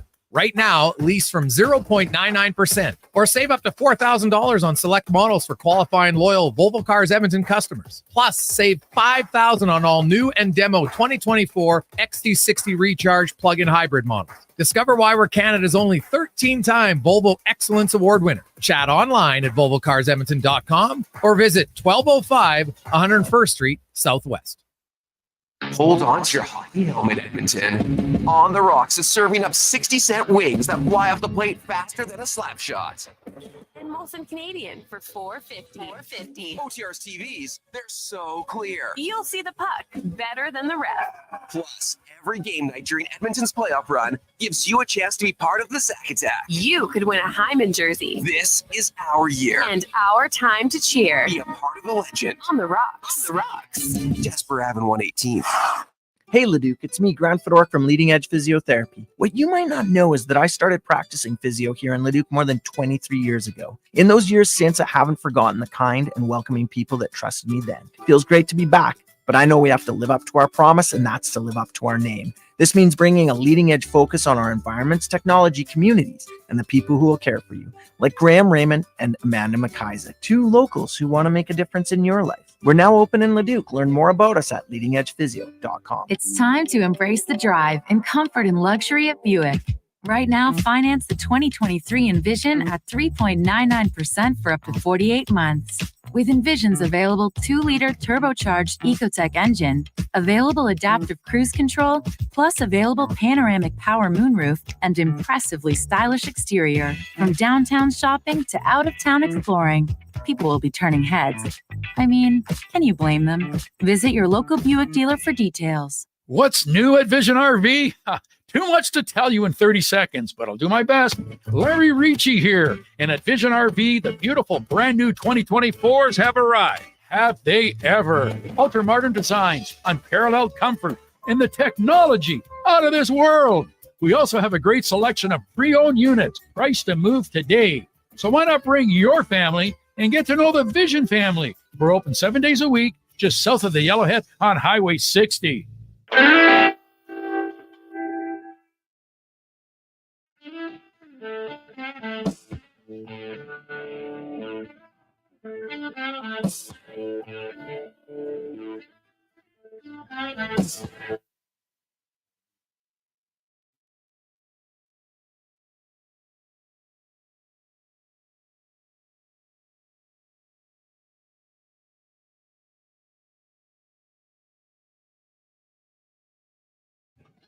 Rolling through a lovely game day Monday afternoon. How are you? Jason Gregor, Connor Halley, the Oilers, and the Panthers were around 3 hours from puck drop. Tonight, CC is out, Desharnais is in, and we think there's a good chance Sam Carrick will draw back in, and Corey Perry will get the night off for the Edmonton Oilers. No lineup changes for the Florida Panthers as we get to our big guest of the day, brought to you by Silent Rides Charter Company, one of Alberta's premier state-of-the-art motor coaches that will safely take you or your group to your next destination. Hockey teams, basketball, soccer teams, you name it. They ride a book your ride today at silentrides.ca. Hey, our next guest, Stanley Cup winner multiple times in his career. Also scored one of the biggest overtime goals in Oilers history back in 1997 against the Dallas Stars. Being a coach in the NHL, the American League, is now the new head coach for Devon in the Alberta Junior Hockey League. And talk a little hockey at all levels. Kelly Buchberger joins us once again. Bucky, welcome back to the show, my man. How you doing? Jason, I was happy to be here. I thought when you said players be drawn in, you were going to put me in, but must have healthy scratch again. Well, the funny thing is, Bucky, you're still pretty good shape. You could probably lace him up and take a shift or two. I'd love to. It is funny. Eh? Like, I'm sure for a guy who's won in the playoffs, man, like, do you love watching the playoffs? Does it kind of bring back memories of when you were a player? He kind of does, but you know what? We're big fans. All the alumni now are obviously big fans of the Oil, and it's unreal how far they've got right now. And I think that they have the team to take it home and bring the cup home. You've coached at lots of different levels, and nowadays, the coaching is even more in depth. Like, you get, shooting reports. Okay, the goalie's susceptible here. There's not how many percentage chances, low block or high glove, like stuff that when you played probably wasn't as prevalent, I wouldn't think. When you look at all those scouting reports, the Oilers, it's clear they got to go a little higher on Bobrovsky, but it's easier said than done, Kelly, right? Like, what do they have to do as a group to be able to get in a position so they can shoot upstairs on him? It's funny you say that, because I was watching the highlights today, and someone was saying, well, Nuge got to go upstairs. Well, it's not as easy as you think when you have probably one of the best goalies in the world you're playing against. And he was on the other night, 2 nights ago. He was unreal. And, I guess as a coach, you would have to say, listen, guys, we need to get some traffic in front of him, try and get off his game a little bit, crowd that blue paint, have a flash screen, but let's make sure he can don't see the rubber when it's coming. Yeah, and it's like you said, it's easier said than done, for sure. Overall, like, you know what, the pressure of the Stanley Cup final, Kelly, everything's magnified. You can tell yourself it's just another game, but it's obviously harder. You lose game one of a Stanley Cup final. I'm sure it feels different than losing, even game one of the first round. What do you think's the key for the Oilers tonight? So, they find a way to get a split. Well, their special teams have been unreal throughout the whole playoffs and throughout the season. And I think that'll come into play big time. I think, they got to play sound defensively and they got to score in their opportunities. But the main thing is that when everybody plays their role to a T, you have a great chance of winning a hockey game. And I see that with the coaching staff of Edmonton, that they get the guys in the right role and they're playing hard. And we just need to get a break, one behind Bobrovsky, and move on. When you mentioned as an alumni, you get together and you watch the games. How? Because I know you were just in Montreal's organization, right? So you're still being closely, to the NHL, Kelly. But are you a fan? Are you a coach? Like, how do you watch it? I'm more of a fan. My son always says I'm the most boring guy to watch a hockey game because I don't get too excited anymore. I cheer for the Oilers, but am I mostly involved in the game when I'm watching it? Probably not. Okay, no, that's fair. But I think as a coach, you're always looking at different systems that other coaches use and the way they carry or use their bench and go forward. So I look at it a different way than probably the usual fan. Now, Kelly, you've coached in the WHL, the AHL, the NHL, and now you're going to be in the AJHL. Take me through the decision to take on an expansion team in Devon.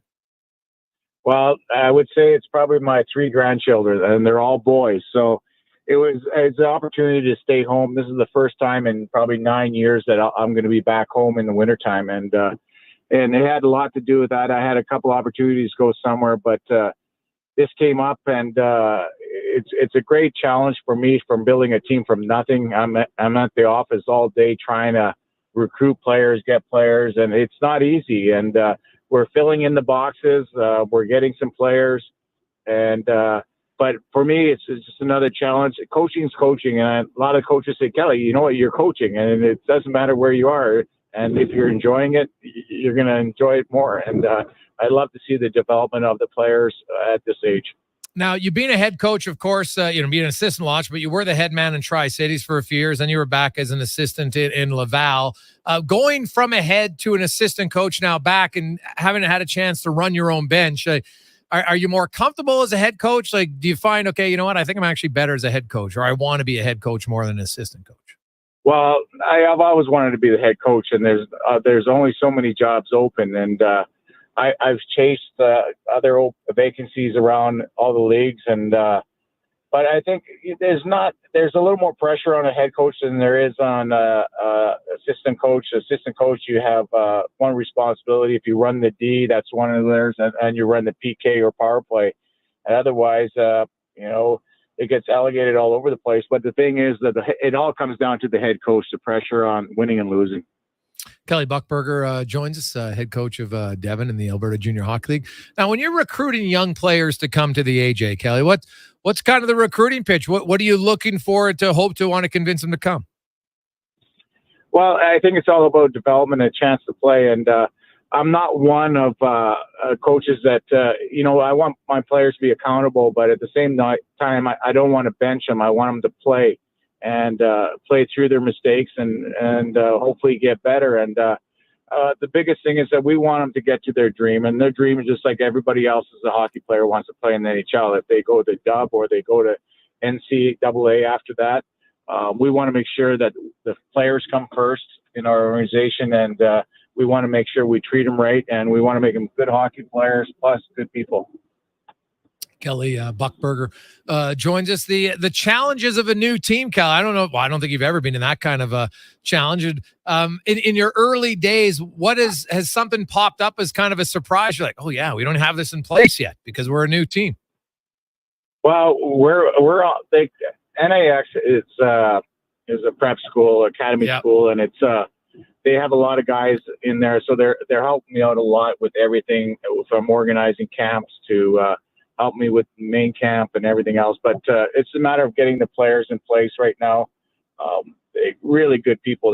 They're with me all day long, and they have all the answers when I have questions, and we seem to have a pretty good team.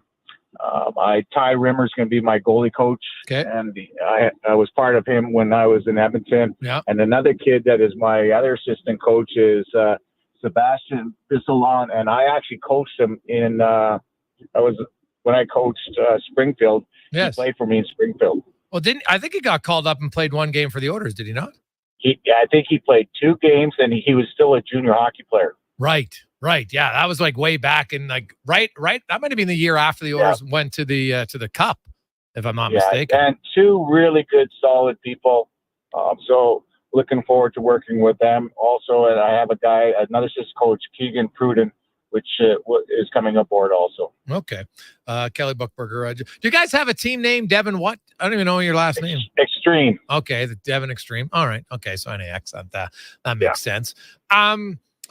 Switching back to the playoffs, Kelly, obviously, I know you're super busy with doing that during the day, but then you get at night and you watch the NHL playoffs. When you look at the Oilers' run to date, what stood out the most for you as a reason why they're here?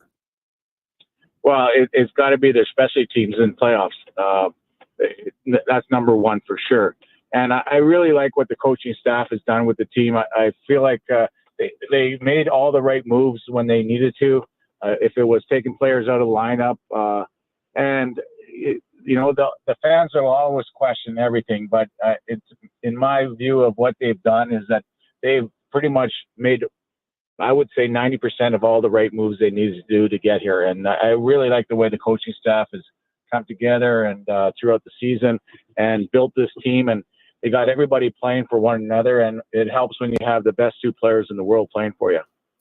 And, the big one really, Kelly, is a guy that you played with, of course, Paul Coffey. Came in, didn't have a lot of coaching experience really other than 1 year in junior in Ontario. And, he's made a big difference there. And what about like Chris Knoblauch as a head coach and not being afraid to move guys in and out of the lineup? There's only 11 players that have played every game tonight for game 20 with Cody Ceci coming out of the lineup. Like, for a rookie head coach, he's showing maybe a really good understanding of his team or a willingness to say, hey, I don't care who you are, how long you've been signed. Like, we got to go with guys we think are going to win. No, I agree with you. I think for him coming in, he's coached at all levels. There's no question about that. But, coaching is no different than being a player. Some days your confidence is high, and then you might blow a few games and you're like, am I making the wrong decision here? What's going on? But he seems to have a lot of confidence in his decisions, what he wants to make. And they're paying off right now. He's at, the second game, going into the second game of the Stanley Cup final. And I'm sure he has a great game plan for the guys coming up, and he puts the time in for the team to get better. And I really think that he's done an unreal job. And so has Koff with the D. He seems to be buying into what he's selling. Well, Bucky, congratulations on the gig with the Extreme. Enjoy the playoffs. Any fun predictions? What's your chance? And will you have you seen any games live? Have you been in the rink? I think I saw you once at the game this year. Have you been to any others? Yeah, I've been to 3 games, I think. Okay. So the other alumni is very generous. Giving us tickets to go to the game, and I don't go all the time.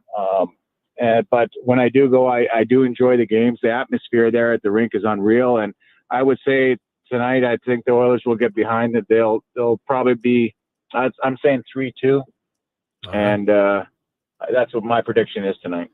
Kelly, always good to talk to you, man. We'll talk to you again throughout the year. All right, Jason. Take care. Nice hearing you. You betcha. That's Kelly Buchberger, head of the Devon Extreme in the AJHL, and big fan of their special teams. He a guy who knew a little thing about penalty killing, no doubt about that. Back when he used to block shots with his chest, remember that? Oh God, because I think it's become a little bit more refined. But like he was down there, like on his knees, blocking shots, like with his face. God, a few of those guys that were just like completely fearless in stepping in front of like Ally Afraidy and Al McInnes slap shots. Like, no thanks for the majority of players in the league. And really back then, there was only a small percentage of players who block shots regularly. Nowadays, it doesn't matter who you are. If you're in a tight game in third period, they expect you're Connor McDavid, you're Connor Brown, right? I don't care who you are. They expect you to block shots. Just a different time. Right? Can debate, does that make the game better or not? I'm probably one who thinks the excessive shot blocking isn't good for the game, but it's not going to change. Right? They're not going to take it out, but not necessarily the hugest supporter of that. Hey guys, what are your thoughts on resting Kane? He doesn't seem to be doing much from Nogi. Well, you know what? It's a valid question. I saw Kane, like he had 2 really big hits in that game. Now he was on the ice for the second goal. You might not have loved the angle, but kind of turned away from a guy at the offensive blue line. I don't think it allowed them, to skate through the neutral zone a little bit easier. But either way, that dump in, A, CeCe can't lose the race that easily, and then B, just let the guy get the puck without touching it. And then obviously Darnell Nurse can't leave the guy alone. So Kane might be like 0.5% on that goal. He hasn't, being able to produce offensively. It's valid. But I guess I look at Kane and his speed and his physicality. Like if I'm taking him out of the lineup, that means one of Perry or Derek Ryan's coming in. Like I'm not doing that. I don't see the benefit there. That's probably why. If they had another Dylan Holloway around, then maybe I'd think about it. But I probably wouldn't do it to take Kane out to put Gagne or Ryan in. Like Sam Gagne's not going to play in my top 6, is he? Like I get the nostalgia with it. I totally understand it. But if I'm being realistic, probably not. Right? Because now you're just downgrading in speed and size. So I'm not sure they're going to want to do that. We'll see. He's gutting it out. But hey, in his press conference, he said, you know what? If you're in the lineup, you got to do your job. So based on that, it's fair to say they need more from Evander Kane. I think that's valid. Yes, he's hurt, but clearly he's not hurt enough that it's limiting him from playing. So if you're in the lineup, then you got to go. So it's fair to say, Nogi, that they need more from Evander Kane. I think that's totally fair. Quick break, 833-401-1440. 833-401-1440 in our inbox. We'll get to some more texts. We'll hear from Chris Knoblauch and more when we return. Let's go, Oilers. Bring it home. We have to keep going, and we got 4 more wins to go here. So we'll enjoy this one tonight for sure, but get back to work. This is Sports 1440. Hey Edmonton, ready to power up your projects with unbeatable strength and efficiency? Step into Edmonton Kubota, where our massive inventory meets all your needs. From rugged tractors and loaders to nimble mowers and utility vehicles, we've got the machines that work as hard as you do. And guess what? This month, we're rolling out exclusive deals that'll make your heart race faster than our engines. Drive down to Edmonton Kubota or visit EdmontonKubota.com to discover how we can boost your efficiency, productivity, and fun. Edmonton Kubota, powering your passion with every turn of the key. Try the new extra large New York style crispy pepperoni pizza only from Papa John's. Get you some of that crispy, curly, cuppy pepperoni on top of an extra large New York style crust pizza with creamy tomato sauce and a 3-cheese blend. This ain't around forever, so walk fast like you're in NYC and order one now. The extra large New York style crispy pepperoni pizza for just $22.99.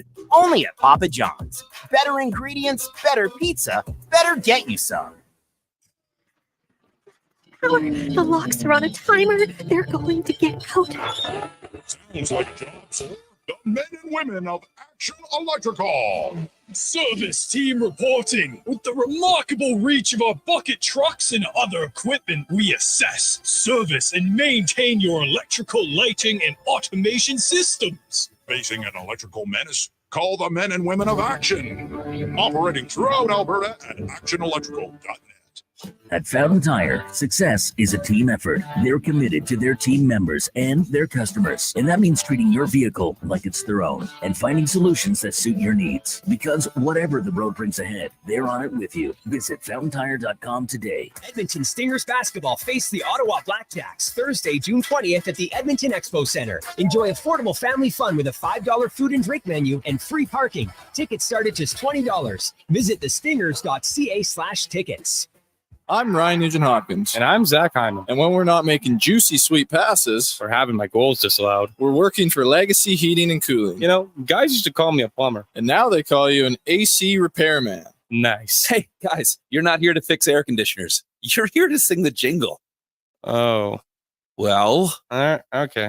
Call Legacy. Call Legacy. No payments and no interest for 1 year from qualified installers. Legacy Heating and Cooling. You got a go-to coffee spot, a trusted barber, even a lucky game day jersey. But when it's about looking your absolute best, there's only one name you need. Mr. Dirk. Family run since 1939. We're experts in crafting impeccable tailor-made suits and offering a wide variety of everyday styles. Pair that with personalized one-on-one fittings and the convenience of on-site tailoring. Mr. Dirk elevates your style game. Visit our Edmonton store or explore MrDirk.com. Score big on style with Mr. Dirk. Christensen Communities, the name in active adult living. Enjoy retirement living without compromise. At Christensen, we understand that each lifestyle is unique. We are committed to providing choice through optional dining, personal services, recreation programs, and care plans to suit your current and future needs. Enjoy maintenance-free living and build new friendships in a safe, independent community. Large suites with full kitchens and in-suite laundry, on-site amenities, and so much more. Find out more today about our communities across the province at cdlhomes.com. The ATV Classic is returning to Northern Bear Golf Club. An international field of professionals will battle it out on their path towards the PGA Tour. $15 gets you access to the tournament or upgrade your ticket for premium greenside viewing. Net proceeds go to Youth on Course to give kids aged 6 to 18 access to play golf for just $5. Come see the future stars of the PGA Tour. The ATV Classic at Northern Bear Golf Club. June 27th to 30th. Get your tickets at atvclassic.com. When I met you in the summer, so my heart beat sound. We fell in love as the leaves turn brown. And we could be together, baby, as long as skies are blue. You act so innocent now, but you lied so soon. When I met you in the summer.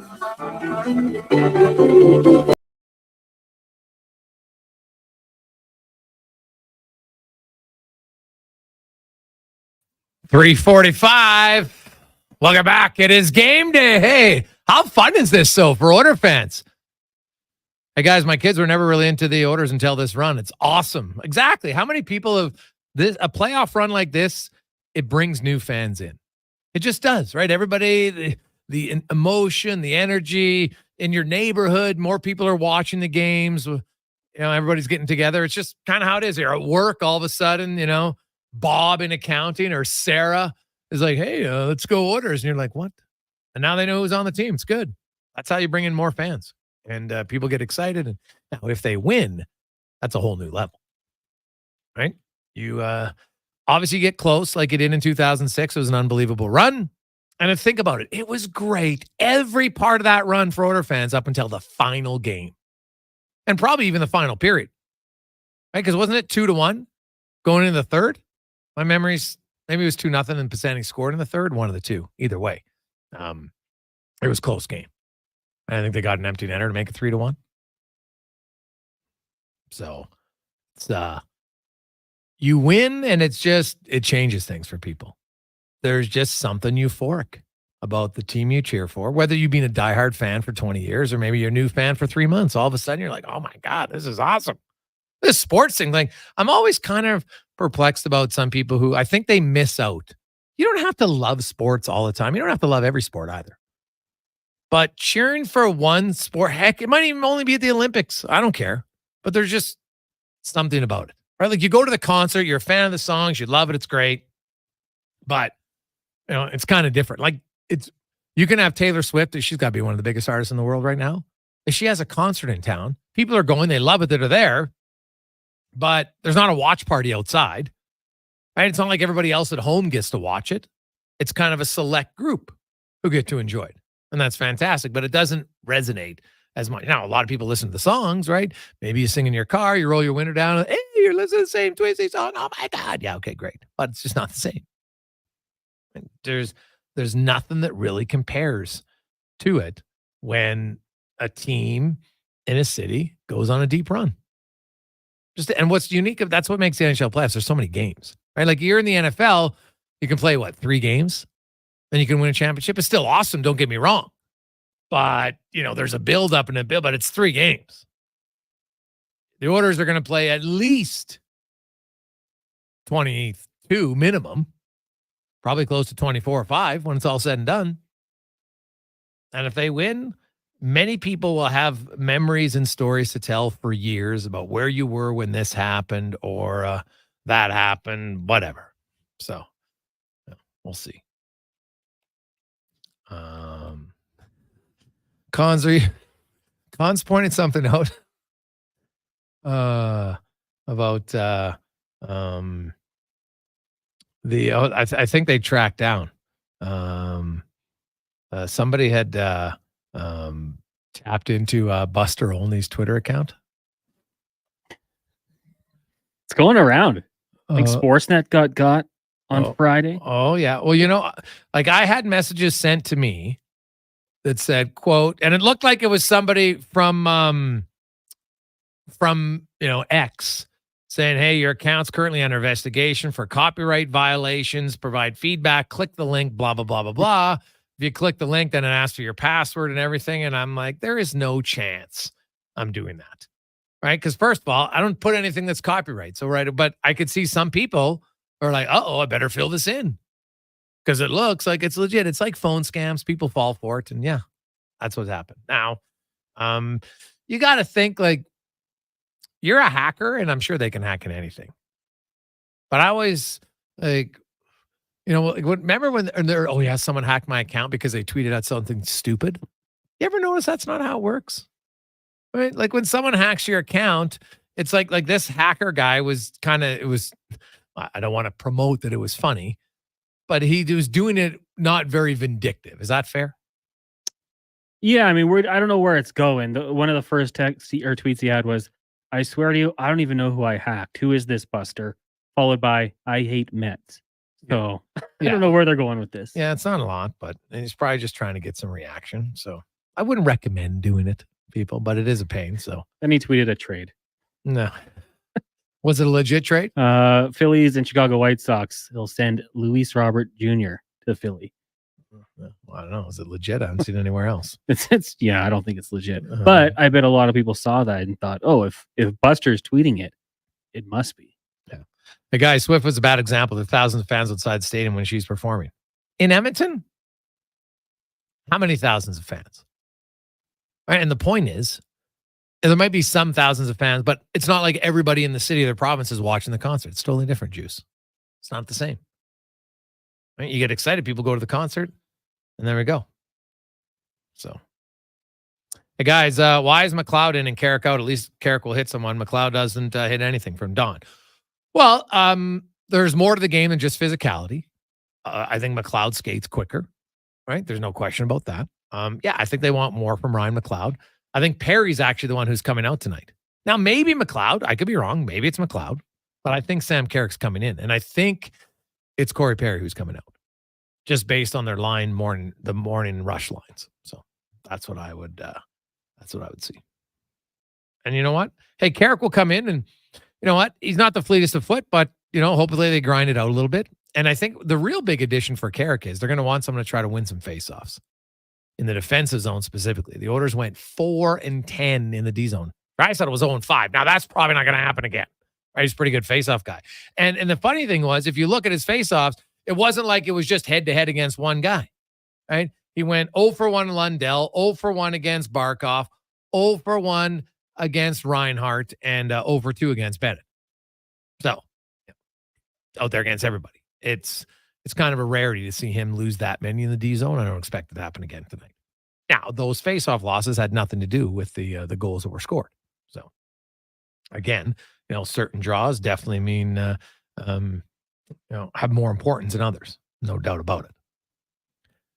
833-401-1440. Actually, let's get to Chris Knoblauch now. Let's get to the oil report brought to you by VolvoCarsEdmonton.com, Canada's #1 Volvo dealership. Hey, right now, 0% on a financing. If you're looking for a lease on any Volvo XC60s, get them before they're all gone at VolvoCarsEdmonton.com. And here's Knoblauch on his decision to bring in Desharnais and give Cody Ceci a night off. No, we just have Vinny, who's been played very well for us this year, whether it's been through the playoffs or regular season. We have a lot of confidence in him. He can move the puck out. He's a big defender. We just need to, we've inserted some new bodies, new life into our lineup throughout the playoffs, and it's paid off. So we've got an excellent, capable person who hasn't been playing the last few games. We feel that he can help us. Makes sense. Like I wrote earlier at OilersNation.com. I think, this switch is as much to do with Desharnais being out for 4 games. Because I don't think Ceci was overall terrible. Like, he lost the one race to the puck, right? Obviously, it's pretty big because it scored in a goal, no question. But the rest of his game, was fine. He wasn't a liability consistently on the ice, last game anyway. Now, what about that conversation? You got a guy now, who's been around, he's a veteran player. Played all 19 playoff games, played all the regular season games. Now he's getting to take them out. How's that conversation go? Yeah, it's not easy. You got a player that's been a big part of our team and has played very well. And we've had those difficult decisions with other players throughout the playoffs. And it's not easy for me. But, I think what I talked about with Paige there, answering her question is, we're in it for the best for our team, and we feel that this is something that's going to help our team. And maybe it's not fair for Cody coming out of the lineup or whoever it was in the past, but we feel that the lineup changes that we are making, either we're adding more speed, more size, more scoring, a penalty kill, or whatever it is, we feel that slight advantage or that change is going to help us move forward. And there's going to be a time where Cody's back in the lineup because we need what he brings. And what's his thoughts, as I mentioned earlier? So CC now, with him coming out tonight, that means there's 11 skaters left on the Oilers who have played in every game. Defense, Bouchard, Ekholm, Nurse, and Kulak. And then the 7 forwards up front: McDavid, Draisaitl, Hyman, Nugent-Hopkins, Kane, Holloway, and Matthias Janmark. That's it. Everybody else has been out 1, 2, up to 6 games. While Broberg obviously was a lot. Now, Broberg's a little bit different because he wasn't a regular down the stretch for the Oilers, but since he's come in, he's played very well in his 4 games. and played so well, I think that the coach is like, well, we can't take him out of the lineup after last game. And the coach just saw it on his team and their ability to stay positive while being scratched at the best time of year.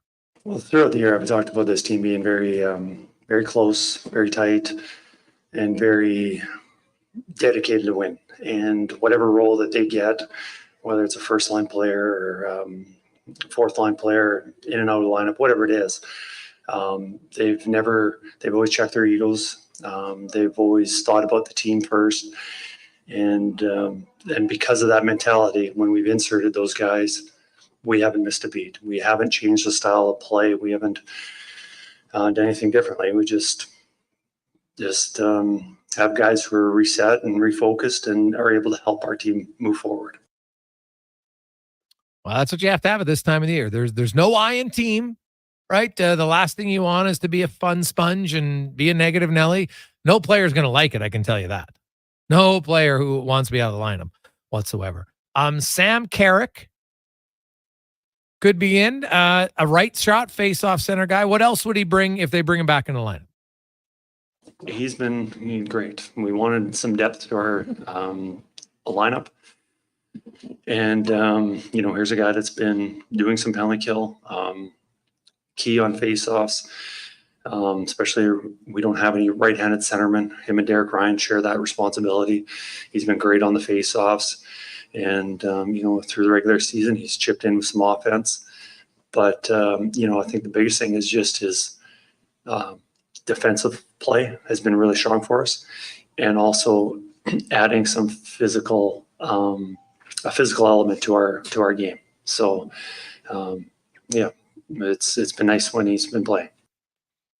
And Vincent Desharnais getting back in. Tonight will be his first game in the Stanley Cup Finals. Just his thoughts on getting back in. Yeah, obviously it's pretty exciting to play in the Stanley Cup Finals. I was ready the last 4 games to play, and tonight I'll be in. I'll be ready, and I'll just do my job. Well, yeah. What did he see from the press box from the Panthers in game 1? And is there a way to bring that to help his game in game 2? I thought it was a fast-paced game. I thought it was back and forth. It was a really fast game, and obviously they were physical, but I thought we played a pretty good game. And obviously we can't win without scoring any goals. And I don't think we got to change much. I just think we got to stick to our game, and I believe that when we play our best 60, we can beat any team, and that's what we'll try to do tonight. And how was it watching from the press box? It sucks. I'm not gonna lie, it sucks, but it's you just try to. I just try to learn as much as I can, and just try to see the small details that can make a difference in my game that I can improve on.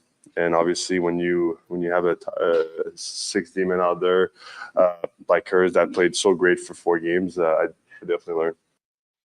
And lastly, just, for Desharnais, guy who was a 7th-round selection, then didn't sign an entry-level deal, signed a few American-only deals, battled out in the East Coast League, the AHL to the NHL, and now in the Stanley Cup Final. How does he take it all in? Yeah, it's definitely something I'm proud of, and I think I've had my moment to kind of enjoy it and kind of sink it in after Game 6 against Dallas, and talked about it with my family and my friends, and it was really cool to kind of talk about it. But I'm not here just to come to the finals. I want to win and have a job to do. And as much as I will enjoy it, I got to stay dialed in, and I got to be sharp tonight. Yeah, he'll need to be sharp, as the whole team will. But you got to think, when guys come back in, man, there's more urgency now. It's like, hey, I got to be on my game. And, there's a lot of those guys around that I don't think they play scared, right? Like, look at Philip Broberg. He's not playing scared, right? He's playing confident. And when you play confident, got a better chance of being successful and helping their team. And that's obviously what he's going to hope to do tonight. Let's see. Oil Report brought to you by VolvoCarsEdmonton.com. Let's get to the Conman Sports 1440 update brought to you by Fountain Tire. Hey, any tire. You want some new rubber on the road for summer? Well, no better place to get it done at FountainTire.com. The Sports 1440 update. Game 2 finally here. Oilers, Panthers down in the Sunrise. Puck drop in this one set for just after 6. Probably closer to 6:15, 6:20. Some changes for the Oilers. Vinny Desharnais will draw into the lineup. Cody Ceci come out. We think Carrick gets in as well. The possibility of Corey Perry on his way out up front. In Major League Baseball today, the Jays in action. They'll take on the Milwaukee Brewers just after 6 o'clock. You also have the Orioles in Tampa. Twins host the Rockies. Yankees travel to Kansas City. Mariners meet the White Sox. Athletics taking on the Pods. And the Giants hosting the Houston Astros. WNBA's Commissioner Cup rolls on. Caitlin Clark and the Fever travel to Connecticut to take on the 9-1 Sun. Tip off at 5 o'clock. From the NFL, the Pittsburgh Steelers announcing that Mike Tomlin has agreed to a 3-year contract extension that'll keep him through the 2027 season. He took over the team back in 2007. He's never had a losing season, winning a Super Bowl in 2009. Mercedes Lewis NFL career will continue for the 19th straight season. He signed a 1-year deal with the Chicago Bears. He'll be the second oldest player in the league next season at 40, behind only New York Jets quarterback Aaron Rodgers. And Dan Hurley has turned down the Lakers' 6-year, $70 million offer and will return to chase a third straight national title at UConn. Per ESPN. The Lakers would have made Hurley one of the NBA's 6th highest paid coaches. Hurley signed a 6-year, $32.1 million deal with UConn after the 2023 season. Coming up in hour 3 of the Jason Gregor Show, we will be joined by Wanye Gretz of Oilers Nation, as well as Andy Petrillo from CBC Sports, plus another edition of 5 Questions. I'm Connor Halley. This has been a Sports 1440 update. Sports 1440, Stingray radio station. CKJR broadcasts from West Edmonton Mall and Wetaskiwin. Download the free Stingray music app and listen wherever you go. For a limited time at McDonald's, enjoy the tasty breakfast trio. Your choice of chicken or sausage McMuffin or McGriddles with a hash brown and a small premium roast coffee for $5 plus tax. Available until 11 a.m. at participating McDonald's restaurants. Price excludes delivery. Introducing the Female Super League. Female hockey is on the rise with more women playing the game than ever. Join us as we pave the way for the future of women's hockey. The FSL is more than a game. It's a movement and an experience for the motivated female athlete. Teams will compete in a showcase-style format featuring consistent interprovincial competition. Come be part of the journey as the 2024-25 season unveils a 12U division, as well as the launch of a groundbreaking progressive body-checking 14U division. For more information, visit femalesuperleague.com. Gather around the radio, kiddies, for the best time of day. It's Oodle Noodle time. Listen in this week as your noodle hero battles the bumper. Just after 3 o'clock. Now sing along. You know the words. Oodle Noodle time. Rolling. Oodle Noodle time. You know what time it is now. Get up and give me your best Oodle Noodle dance. Your best time of day is Oodle Noodle time. Hey, sports fans, we've got a clear choice for you. At Crystal Glass, we provide customers with the perfect glass for any job. From home to auto and even commercial, installation or repairs, we're your team. Call 310-GLASS or visit crystalglass.ca. Crystal Glass. This spring, experience innovation on the road at Volvo Cars Edmonton. Right now, lease from 0.99% or save up to $4,000 on select models for qualifying loyal Volvo Cars Edmonton customers. Plus, save $5,000 on all new and demo 2024 XC60 Recharge plug-in hybrid models. Discover why we're Canada's only 13-time Volvo Excellence Award winner. Chat online at volvocarsedmonton.com or visit 1205 101st Street Southwest. You adore your Audi, value your Volkswagen, baby your Beamer. But some of that love fades when repairs take several days and tons of cash for the dealership to do their magic. Let Cochran's Automotive rekindle the flame. They'll professionally repair your import, usually in one day. Audi, BMW, Mercedes, Volkswagen, Honda, and Toyota. Cochran's Automotive will return her to mint condition. Open at 7 a.m. Let Cochran's Automotive repair your automotive air conditioning before things heat up. Cochran's Automotive, 780-452-5001. Kenny-O and Jason are friends. Hey, buddy. What's up, buddy? Except when they talk hockey. Edmonton had all those first overall picks, and they still can't win. Yeah, but we still beat you. Battle of Alberta champs, baby. But ask them who makes the best beef jerky in Alberta, and they'll tell you. Wilhauk beef jerky. It might be the only thing Alberta hockey fans can agree on. Pick up some Wilhauk beef jerky today in Leduc, Spruce Grove, and West Edmonton Mall. For over 65 years, Dedham Ford has delivered. delivered the customer service and value that keeps Albertans moving. And that tradition continues with the all-new 2024 F-150. Lease one today with $1,000 down and pay just $299 bi-weekly, taxes included. That's the value you've come to expect from where cars always cost less. The F-150 $299 driveway lease, only at Denham Ford and Wetaskiwin or at denhamford.ca. Before every big interview, every big presentation, every big moment, I've always looked in the mirror and put on my game face. But lately, my eyes look tired, my brow looks old, and I'm starting to think it's game over. Stop thinking and start seeing Dr. Vance Elliott for skin refreshing treatments designed to give you a fresh and natural appearance. He didn't make me look weird. No, he gave me back my game face. Book your consultation today at drvanceelliott.com. Turn the music up in the headphones. Tim, you can go and brush your shoulder off. I got you. Yeah.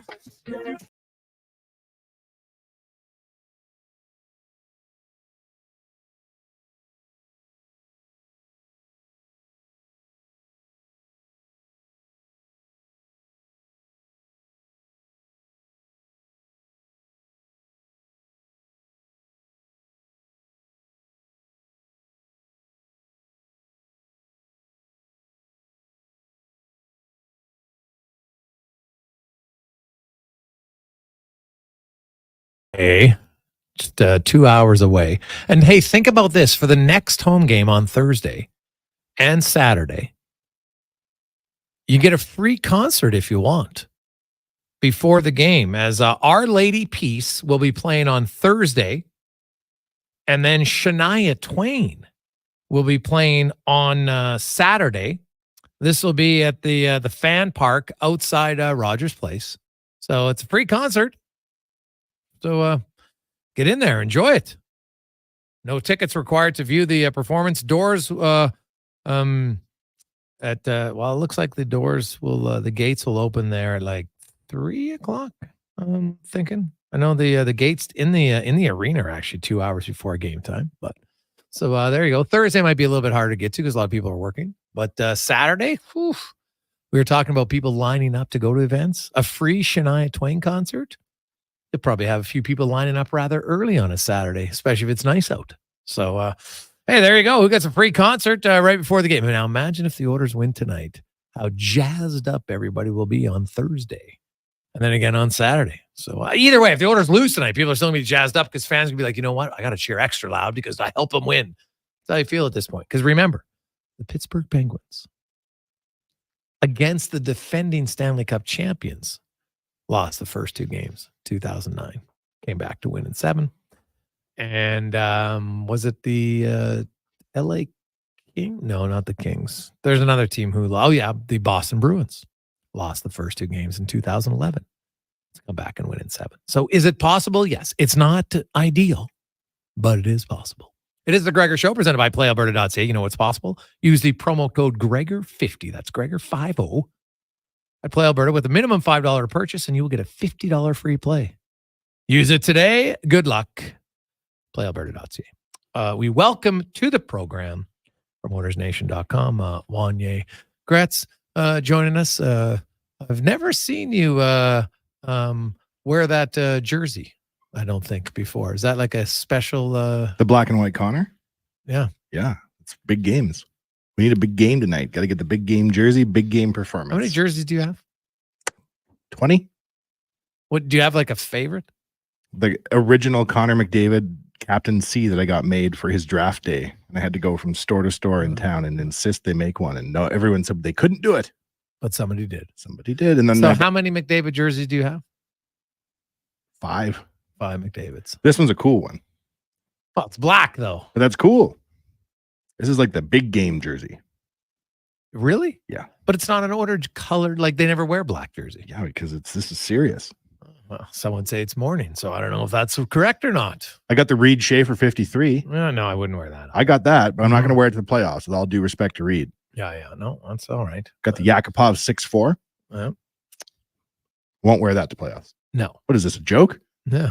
Yeah, no, I'll wear McDavid's. I got my Dreisaitl. Okay. Yeah. Got the Gretzky. Gretzky, yeah. Bring the Gretzky. Evan Everly. Don't bring it out for playoffs. The Eberle, no. No. We only played her 1 year in the playoffs. Regular season, I'll wear it, but not in the playoffs. No. Oh, you're very, Gretzky. very particular. Well, there's thought that goes into this, Gregor. I'm doing my bit. Remember you said earlier people cheer the team back to 2-2? Yeah. Doing my bit with the jerseys. Okay. All right. Well, there you go. I want to read hey, guys, my wife and I were emptying groceries out of our vehicle today, and she suddenly turns to me and asks, are the kids yelling at each other? What's going on? Then I can hear my kids. They're riding their bikes home from school, screaming out at the top of their lungs. Let's go Oilers. Panthers suck. Let's go Oilers. Panthers suck. They're 11-9 and have never been invested in the Oilers before. It's beautiful. From Jason and Leduc. Well, that's true. That's how young kids become a fan, right? Like all of a sudden they're more excited. They see their parents, everybody at schools talking about it. I know lots of schools have, kids are encouraged to wear their jerseys to school on different days, on game days and stuff like that. Like you make it a little bit more fun. Who doesn't? Most people want to be part of something that's fun. It's like, hey, wait a sec. We get to be part, and up to date, it's been all good because they've been winning, right? And lose one game doesn't mean the series is over, right? So they lost game 1 to the Canucks. They come back and won. So I think it's great. That's the best way to grow your fan base. Winning helps, and it allows your fans who have gutted it out, who have been kicked in the gonads numerous times to be like, okay, this is why I'm a fan. Yeah, sure. The previous 17 years between 2006 until now hasn't been a lot of fun. But for some fans, it's like, this makes up for it. That's what I love about the Moss Pit so much, is that they're building that next generation of fans with a free entry, right? The kids who were down there, they don't really remember the decade of darkness. They were too little for it, right? Mm-hmm. And now that they're in there in their formative party years, 18 to 24, that's when you cement the good times, Gregor. The fact that they're down there 10,000 deep or whatever it is, you're making fans for 10 years from now. Yeah. So we'll see. The orders tonight, Desharnais in, Cody Ceci is out. I think Sam Carrick is coming in, and good chance Corey Perry could be coming out. No changes for Florida. And the orders, hey, there's lots of things they liked about that game. But there's their execution on their shots. You got to get a few more shots upstairs on Bobrovsky, clearly. Now, easier said than done. I get it, but they're going to have to do it. I also think, you know what, they'd like to get a few more shots through. Like Bouchard had 16 shot attempts, which was crazy, but only 4 of them made it to the net. 9 were blocked, 3 missed the net. So, you know what? Obviously a good team's going to block some shots, but you don't want 9 shots blocked in a game. So, the Oilers blue liners as a whole had too many shots blocked and too many shots missed. The Oilers forwards only missed 6 shots. The defenseman missed 11, and the block shots or shot attempts that were blocked, again, it was a much higher percentage from the blue liners. Now, I get that in some senses, but never to the extent it was in game 1. So there's still lots of other areas that Edmonton can improve on. And the other one being defensive zone faceoffs. They only won 4 out of 14. So, as good as they played, they still got areas they can improve on, because I think Florida's going to be a little bit better too. Is Bobrovsky that good, or is he playing a little bit over his head in game 1? Well, his last 12 games, he's allowed more than 2 goals once. He has a .930 save percentage, and he has a 1.63 goals against. So no, he's pretty good. So he wasn't playing over his head in game 1. Well, unfortunate. No, like he's played really well for sure. But yeah, right now he's confident enough, and we'll have Kevin Woodley on. Like, you know what? Hey, you got to shoot high, but it can't just shoot high every time. So what are other ways for the Oilers to beat him? And then, Stuart Skinner, what does he think of his game? Like the first goal, I look at that and say, would it have been a big save? Yes. So it's stoppable. It's not like, it wasn't like a low percentage chance. Obviously it was a bang, bang play. Your guys, like it's Carter Verhaeghe too. So it's not like, no offense, it was Kevin Stenlund, right? Like it's one of their best scorers who's getting in a primetime shot. I thought he had much less of a chance on the second goal, right, than he would have had on the first one. But we'll talk to Woodley about that as well. But yeah, no, it's low chance for Bobrovsky, like that he's going to soil the sheets pretty poorly. It doesn't, like the Rangers did light him up for 5. That's the only, in game 3 of the Eastern Conference Final. That's the only game he's allowed more than 2. So it is doable. The entire playoffs? No, in the last 12 games. Oh, thank goodness. Yeah, but he allowed more than 2 goals 3 times in the first 6 games. But in the last 12, it's only been once. Did he ever let in 10? No. 6 and 5. Okay. And 4. So is it possible on any given night? Yes. But right now he seems to be in a little bit of a zone. So you know what? The orders, hey, you got to fight through it, man. Like you got to beat good goaltenders. It's just otherwise you're not going to win the series. They're not going to keep Connor McDavid off the score sheet. I don't know if that was mentioned earlier on your show or not, but he's red hot, excluding game 1. Yeah, well, there's another guy who has a pretty good track record of bouncing back, right, after losses. So, yeah, you would expect, like, I don't think McDavid actually has a point in 3 games against Florida this year. So, you know what? He'll be, now I know the regular season was a long time ago, but it's food for thought. Yeah, they want him to get going dry. Well, everybody, when you have a shutout, no offensive player can say, hey, I'm happy with my performance. You just can't. So they'll have to play better for sure. Hey guys, CC taking the bullet for Nurse. Classic. I think in a small sense, yes. I think it's they look and they're like, you know what? If I don't know if they wanted CC and Desharnais right now as 2 of your 3 right defensemen, just because of, neither one's a very good puck mover, right? Broberg is, Bouchard is. So then they look and you got Nurse, Ekholm, and Kulak. So I think that plays a part in it. And I also believe that if both players play to their capability, Nurse is better. We saw that the last series when people were wondering, hey, should they have sat Nurse instead of Desharnais? And then Nurse came out and played his best game of the playoffs. Well, he's got to be better. He wasn't bad in the last game, but he wasn't good enough, right? You can't make that play in the second goal if you're Darnell Nurse. You just can't. Like, he made it way too easy for the opposition on that play. Way too easy. So that can't happen tonight. He's got to be better. Don't you think? Well, I agree with you. I just think that these are high pressure situations, right? And Yeah. what do you make a Nurse over the course of the playoffs? Like, Not good enough. He's been on the ice for too many goals against, flat out. Yeah. Just has been. Like, goals against, and I said it before the playoffs start, I really don't care too much about expected goals in the playoffs. Series are too short. Yeah. Expected goals is like a long-term thing. Short series, like, there's a reason why, like, puck IQ doesn't even track in the playoffs, because it's too short of a series. You're going to make usually like a jumped conclusion that's maybe not accurate enough based on, like 60 or 80 minutes. It's not a big enough sample size overall. And so if you look at the whole playoffs, yeah, Nurse has been on the ice for too many goals against. Have some been unlucky and not his fault? Of course. But still being on the ice for too many goals against, just flat out. Like, even on the 3-on-2, you can make the argument that Nurse pinches off too quick to the guy in the lowest percent chance, who's the lowest dangerous player at that time. He's on the wall, right? So did you have to pressure over him to that quickly, right?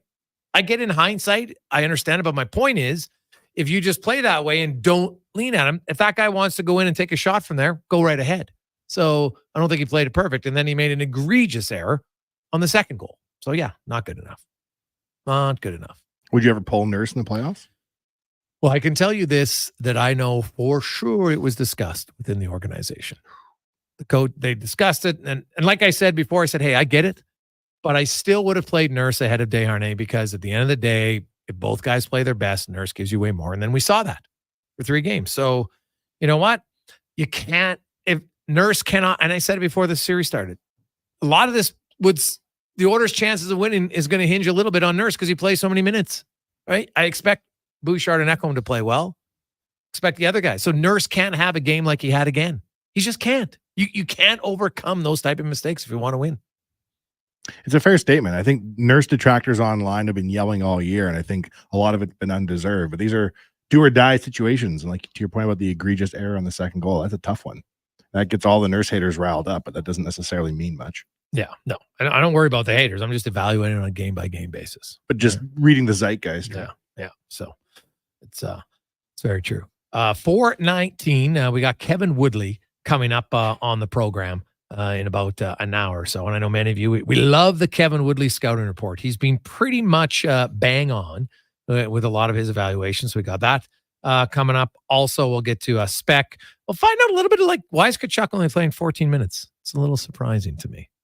So we'll get to that and more. Andy Petrillo, 5 questions on a busy game day Monday. The Gregor Show, presented by PlayAlberta.ca. The playoffs are wild. We all know that. And this year, Play Alberta is making it even wilder. Make a deposit with promo code Gregor50 to snag a $50 free sports bet with your next deposit. Get ready for unbeatable promotions throughout the playoffs with 10+ odds boost on even exclusive sweet tickets for an Oilers playoff game just by making a bet on an Oilers playoff game at PlayAlberta.ca. Bonus terms and conditions apply. For a limited time at McDonald's, enjoy the tasty breakfast trio. Your choice of chicken or sausage McMuffin or McGriddles with a hash brown and a small iced coffee for $5 plus tax. Available until 11 a.m. at participating McDonald's restaurants. Price excludes flavored iced coffee and delivery. 0% for 60 months. I'm not kidding. Where? Well, it's GMC Buick. And it's GMC's Adventure Calls event. Pick out a new 2024 Sierra with finance rates as low as 0% for up to 60 months. If you're a Costco member, you get another $1,200 off purchase price on any 2024 in-stock Sierra. We're talking half tons, 3/4 tons, even 1 tons. If you'd rather an SUV, we've got low lease payments and an awesome selection on GMC Terrain. So get in today and get your adventure on. Whoa, GMC Buick. We're making it easy. I'm Colin Livingston, president of Cantork. Since 2016, we've been at the forefront of hydraulic torque wrenches in Canada. I'm delighted to share our latest venture, in-house production for quicker turnaround, superior quality, and heightened versatility. Experience excellence at cantork.com. Take your bedroom to the next level this spring at the Brick. Our bedroom event deals are here to help you renovate on a budget. Save up to $1,200 off sofas and sectionals, and get up to 40% off bedroom furniture and mattresses. Plus, buy more, save more. Up to an additional $500 off major kitchen appliances. And get free delivery on purchases of $4.99 or more. Take advantage of these fabulous deals today. Some exclusions apply. See in-store for details. The Brick, saving you more. Your business is unique. It has its own challenges and its own risks. Does your commercial insurance reflect that? At High Street Insurance, we believe in a personalized approach. As an independent broker, we take the time to create a partnership with you. We get to know your business and ensure that your insurance coverage is specifically designed to protect what matters to you. Insurance that's dependable, transparent, and tailored to suit your unique needs. Good protection starts with understanding you. Reach out to us today at highstreetinsurance.com. Legacy Heating and Cooling jingle auditions take one for Ryan Nugent-Hopkins and Zach Hyman. Are you ready, guys? We were born ready. Heck yes, Nuge. Drop the beat. Legacy. We freaking killed it, Nuge. That's what I'm talking about, Zachary Martin Hyman. Nice guys. We're going to sell a lot of air conditioners. Hey, doesn't Legacy offer no payments and no interest for a year on those? Yeah, well, thanks for the assist on the copy points there, Nuge. It's just what I do. Legacy Heating and Cooling. We've finished construction of our gamma radiation containment facility. Is it up to code? Is it going to be safe? Sounds like a job for the men and women of Action Electrical. Testing team reporting. We test your commercial operations using tools like infrared to ensure safe operation. Trust us to prevent potential calamity before it strikes. Facing an electrical menace? Call the men and women of Action. Operating throughout Alberta at actionelectrical.net. It's time to embrace the drive with Chevrolet. Lease the 2024 Equinox RS from $190 bi-weekly. That's like $95 weekly at 6.9% for 60 months with $3,400 down on an ultra-low kilometer lease. With Equinox's standard Chevrolet Safety Assist, standard power liftgate, available panoramic sunroof, and available adaptive cruise control, you'll have everything you need and more to make this the best season ever. Visit your local Chevrolet dealer for details.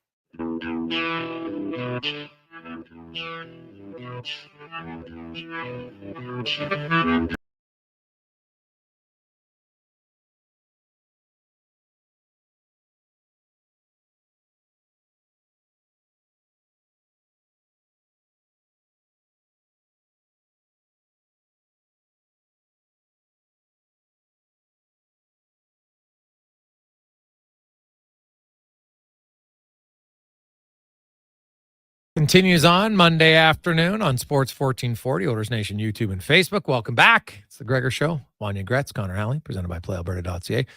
Quick note before we get to our guest. Hey, guys, the ATB Golf Classic is a short 12 caddies. Anyone with a good knowledge of the game and golf etiquette can sign up at atbclassic.com under the Get Involved tab. Caddies are paid per round and have access to the tournament grounds later this month. So, it's always something you've been interested in. Maybe you're a big fan of golf. That's the 27th to the 30th of June out at Northern Bear.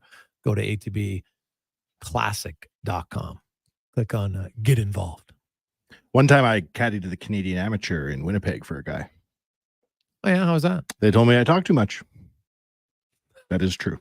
They told you, like the guy you were playing with golfing for? Yes. He said, you talk too much. I said, this is taking forever to play this round.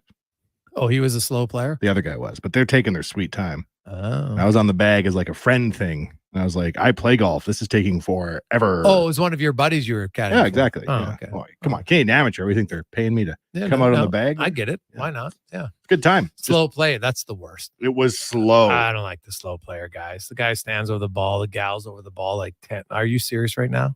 And then they chunk one. Like on the pro tour, maybe, but even then the pro golfers like, what? They get annoyed by it.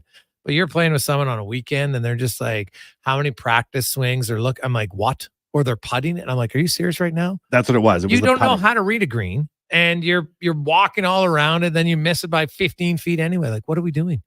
These amateur guys would be 20 yards out in the fairway and they would walk the green up to the cup and like look at the undulations. Yeah, yeah. I mean, it makes sense. I guess. But yeah, it's odd. Let's get to the footy report / playoff report brought to you by Legacy Heating and Cooling. Home to no payments, no interest for 1 year on your AC unit. Stay cool all summer at legacyheating.ca. Andy Petrillo from CBC Sports and One Soccer joins us once again. And Andy, before we get to the footy, give me your thoughts on the Stanley Cup final, Oilers and the Panthers. Your thoughts on game one?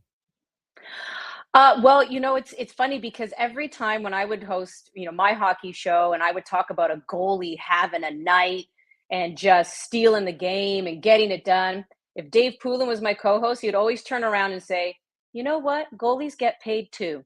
So if we're going to sit here and, talk about that game one belonging to Bobrovsky, he collects a paycheck as well. So he got the job done in game one. But I will say, I mean, given all the other statistics that were clearly in favor of the Oilers, there's only so long Florida can keep playing that way, before they exhaust themselves. So I don't know. I'm not an analytics or a metrics girl, but I just know that based on what I saw, Florida got by on Bobrovsky. So they got to be careful in game two for sure.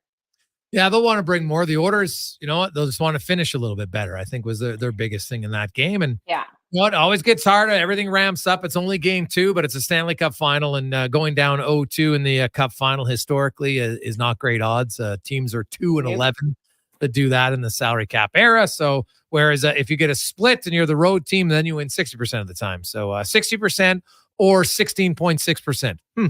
Pretty. I'm not a mathematician, but I know which one I would take if I was if I was the Edmonton Oilers at that point. So that's kind of how it looks. Let's quickly get to the national women's team now. It's kind of done. Do you think anyone who was maybe on the bubble either way play themselves on or off the roster in your eyes? Now, this was a strange one, Jason. I mean, it was a 2-0 victory in game one against Mexico, but those goals came late. Substitutions played a factor in it. Evelyn Vienne and Chloe Lacasse. Both those players, though, started in the second game, which ended up a 1-1 draw, and they both looked okay as starters, and everyone else just really looked okay. I think if you're an injured player, if you're Quinn in the midfield, Sydney Collins, if you're Nichelle Prince up front, I don't think you're that concerned about anyone having taken your spot. I think you're feeling pretty good that Bev is going to be patient and wait for you to be healthy. I mean, Nichelle Prince is playing. She was part of this camp, but for precautionary reasons, Bev didn't put her in. Sydney Collins, who has recovered from a broken ankle, she's starting to play as well, get on the field, but Bev didn't bring her into this camp. Same with Quinn. Quinn is a little bit more of a question mark. They have a knee injury. But still, if you're an injured player, you're kind of sitting there going, I don't think anyone took my spot. So I think there's still question marks there with Evelyn Vienne up front, even the young Olivia Smith, who were all pretty high. I mean, she looked good. I think she has a chance of making it, no doubt about it. But Deanne Rose, somebody up front, we didn't even see her. Bev didn't even really play her. So I think we were kind of left with maybe more questions than answers, especially to the firepower up front. Or lack thereof. And I still think she really likes Janine Becky, Jason, but Janine has not looked the same since coming back from that knee injury. It's just little things. It's the timing. Once she's in the box, it's like, simple things where if you're going to go head the ball, all she has to do is keep her head straight and then she flicks it and it goes wide. Shoot, she takes the extra touch. It's all these like little things, right? Where, she's just a little off, but I still think when it comes to players like Janine Becky and even Nichelle Prince and Quinn, if they're at 60, 70%, Bev still likes them more at maybe somebody else at 100%, right? Those are your comfort players. Every coach has them. But I don't know. I didn't leave those 2 games going, oh yeah, I'm feeling great about heading to Paris here. So I think there's still a lot of work for Bev to do. Switching to the men's side, Alphonso Davies versus Holland and Alphonso Davies versus France. What was the main difference for you? Well, I think he definitely played more of a defensive role against Holland. We all know the big question going in was how would Canada look in a Jesse Marsh system, which is very narrow, very compact, high press. And he did definitely play him in that left back position, not left wing. So he played more defensive. And I think a lot of people were left wanting, and it seems like even the coach was left wanting for him to get higher up the pitch. And then that's exactly what ended up happening against France. So against the Netherlands, we barely saw Alphonso contribute offensively. And then, I mean, you end up having a guy like Jeremy Frimpong with the Dutch, who has like the game of his national career, gets his first national team goal, was just wreaking havoc along that side of Alphonso Davies. But I think the unit, the back line as a unit, they were just trying to get to know each other. They weren't shifting properly. I wouldn't put that all on Alphonso Davies' shoulders. But then against France, they figured it out. Derek Cornelius, Moise Bambito, and then Alistair Johnston would shift a little bit more into a back 3, and that would allow Alphonso Davies to bomb up the wing. So we saw him getting involved a lot more, and quite frankly, I think we all liked him better that way because he got back defensively, but he created some dangerous moments for Canada. I mean, there were so many times in that game, Jason, where we thought, wait a second, like Canada might lose, but holy geez, they could actually score first. Like there were a lot of moments where, they created something for themselves. They just couldn't finish. So I think for Alphonso Davies, there's nothing. I think for Alphonso Davies, we like him on that left side, but we like him more as a left wing back as opposed to a left back. And I think Jesse Marsh also kind of figured that out too. Do you think that Davies will be named captain of the team? I don't know. This is an interesting one because against Holland, he did wear the armband. And then against France, it was Stephen Eustachio. I do believe that come Copa America, and Jesse Marsh has pretty much said as much to me, when they play that first game against Argentina, their captain will be named. And it's kind of interesting because, the responsibility of a captain, being the face, doing the interviews, speaking to the media, good or bad, like that's all on you. There's no hiding when you're the captain. And I wonder if they might protect Alphonso Davies a little bit more because, let's put it this way, he's going to be the face no matter what. He's going to be the guy we talk about no matter what. But if you do have opportunities here and there to, quote unquote, protect him, they might want to take that. He is a little bit, we've had this discussion numerous times, Jason, where he is a little bit in limbo when it comes to even his pro career. He has not officially made this move to Real Madrid, might still stay with Bayern. Bayern is kind of moving on from him anyway. Real Madrid's not going to pay to have him come over. They're more than happy to wait. So he's got a lot going on the professional side of things. I don't know if Jesse Marsh and the rest of the leadership group there might just turn around and say, you know what? Stephen Eustachio, let him be the guy that you parade out there through thick and thin, through the good, through the bad. Alphonso will always be the face, but when we have a good excuse to protect him, hide him, shelter him, we can do that. But I don't know. It's a good question because at the end of the day, I think he is growing into a leader. He always was on the pitch. He always led by example, but now he's doing the little things and talking to the guys off the pitch. And they called in this one young guy, Tanya Luwasi, and he looks up to Alphonso. I mean, when he showed up to camp, Jesse Marsh told us that he looked at Alphonso and his eyes nearly popped out of his head. Like he just couldn't believe that he was there training with Alphonso Davies. And then Alphonso apparently just did something so simple. Like as they were getting ready to go onto the pitch, he just put his hand on the kid's back and kind of gave him the pat, like, all right, let's go. And the kid was choking on his own tongue because he just couldn't believe that, Alphonso touched him and was like, oh my God, here we go. We're teammates. It's little things like that Alphonso, I think, is starting to realize his own power a little bit with the team and motivating and kind of being that mentor as well. So, but even he's young too. He's in his early 20s. So that's a long way of saying I have no clue what's going on in Jesse Marsh's head as far as which way he's leaning. I think we are going to have it though before that first game, June 20th. Either way, I think Alfonso's a leader and is going to be a face of this team, regardless if he has the armband. But I just think maybe to simplify things, they do give it to a guy like Stefan Eustáquio. We'll see. Who's the starter in goal? That's a good one. That is a good one. And I don't think a 4-0 loss to the Netherlands is fair to Dane St. Clair, because that was also the first time the team was trying to figure out this new Jesse Marsh system. And I think sometimes like the communication was a little off, maybe even between him and the back line. All of that, though, is to say that Max Crepeau looked phenomenal against France. He was on it the entire time, right to the end. Even when he came out and he challenged Kylian Mbappe, he showed absolutely zero fear. And you know what? Like, and it's not that I believe, because you've been the second in command all these years, you've bided your time, that it should just be handed to you. I mean, if Dane St. Clair surpasses you, Dane St. Clair surpasses you. I mean, it is what it is. But there is something to be said about the mental toughness of a guy like Max Crepeau, because, yeah, he has been behind Milan Borjan for years. And he's been the consummate pro and the consummate backup. And when he has been called upon, because during World Cup qualifying, twice Milan Borjan missed camp because of COVID. And Max Crepeau had to step on in and did a brilliant job. So, then we all know, the broken leg in the MLS Cup final. They go on and win. He's a champion. His team's celebrating on the pitch, and he's in the hospital. So he has to make this recovery now from a broken leg, and he does. There's something beautiful about him coming out and having this wicked performance. So I would say I'm leaning towards Max Crepeau, but it is so nice to have that other option if something were to happen. But I would definitely say, based on how he played against France, to me, it's got to be Crepeau. And lastly, just your level of confidence with the back line. You mentioned you think Alphonso Davies is better back there. What about the overall line in general? Because I'm not sure if the men are going to win. They're going to have to limit goals more than, and maybe get the odd one here, because I don't think they have, they're not scaring anybody that much offensively.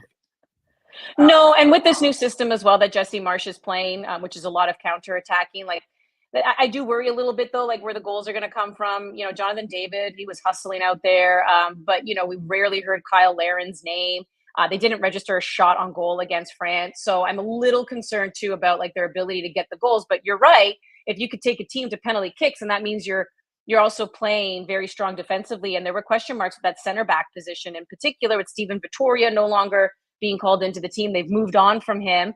And players just weren't really looking good together. And then Jesse Marsh took a chance. So Derek Cornelius, we've seen him before, but he's also gained more confidence. He's a champion now in the league that he plays in Sweden. And now you have this young kid, Moise Bombito. Well, young. He's mid-20s, but he's young in the national team sense. Plays for Colorado Rapids, gets the call up last year, Gold Cup. A lot of people kind of learned his name at that moment. And the two of them just looked so good together. So I think, if you're looking at this team right now, and you're looking at that center back, the two center back positions in particular, I think that pair looked really good. It was an immense difference as well. Again, trying to figure out this new system against the Dutch. To me, the Dutch is that's the tape you take and you go boop right in the trash can. But they just did that whole 180 going up against France, held their shape, knew when to stay compact, knew when to step forward. Already game 2, we're looking so much comfortable in Jesse Marsh's system. So I think between Cornelius and Bombito, looking A-okay in my books. Andy, great stuff. We appreciate it. We'll talk to you next week. Have a great week. All right, good stuff, guys. Bye. There you go. That's Andy Petrillo from One Soccer and CBC. We're getting close to the Olympics, the men and the women for the soccer, and of course the Oilers and the Panthers. Now here's breaking news for those of you who are superstitious, or maybe if you're like Michael Scott, you're a little stitious. Connor McDavid is wearing the same gray jacket. Seems to be a storyline that some people keep following. But he's rolling with it. They're 3-1. Now, I don't know. Did he wear it for everything? Go back in time. Tell me, did he wear it in game prior to game 4 of Dallas? So he's only ever worn it. So he's 3-1. It's pretty good odds. If he wins it tonight, they're 4-1 with the jacket, right? Maybe he's not superstitious. Maybe he's just a little stitious. You want to hear some other breaking news? Somebody DM'd Oilers Nation earlier this morning and sent me a photo. Former Oiler Robert Nielsen just got a hole-in-one, Gregor. If that doesn't set things up for a game 2 win, I don't understand. I don't know what does. Yeah. Come on. Mm-hmm. Remember Robert Nielsen? Yes, I do. It's part of the Ryan Smith trade. Hole in one? Mm-hmm. Gotta be. I didn't remember that part. It's got to be good news. No, I don't see the connection, but at this point, look for anything. Look for anything. We'll come back with 5 questions. Something tells me the Robert Nielsen hole in one will not be part of it, but there will be other questions from Connor Halley. Lots about the Stanley Cup final on the Gregor Show, presented by PlayAlberta.ca. Edmonton.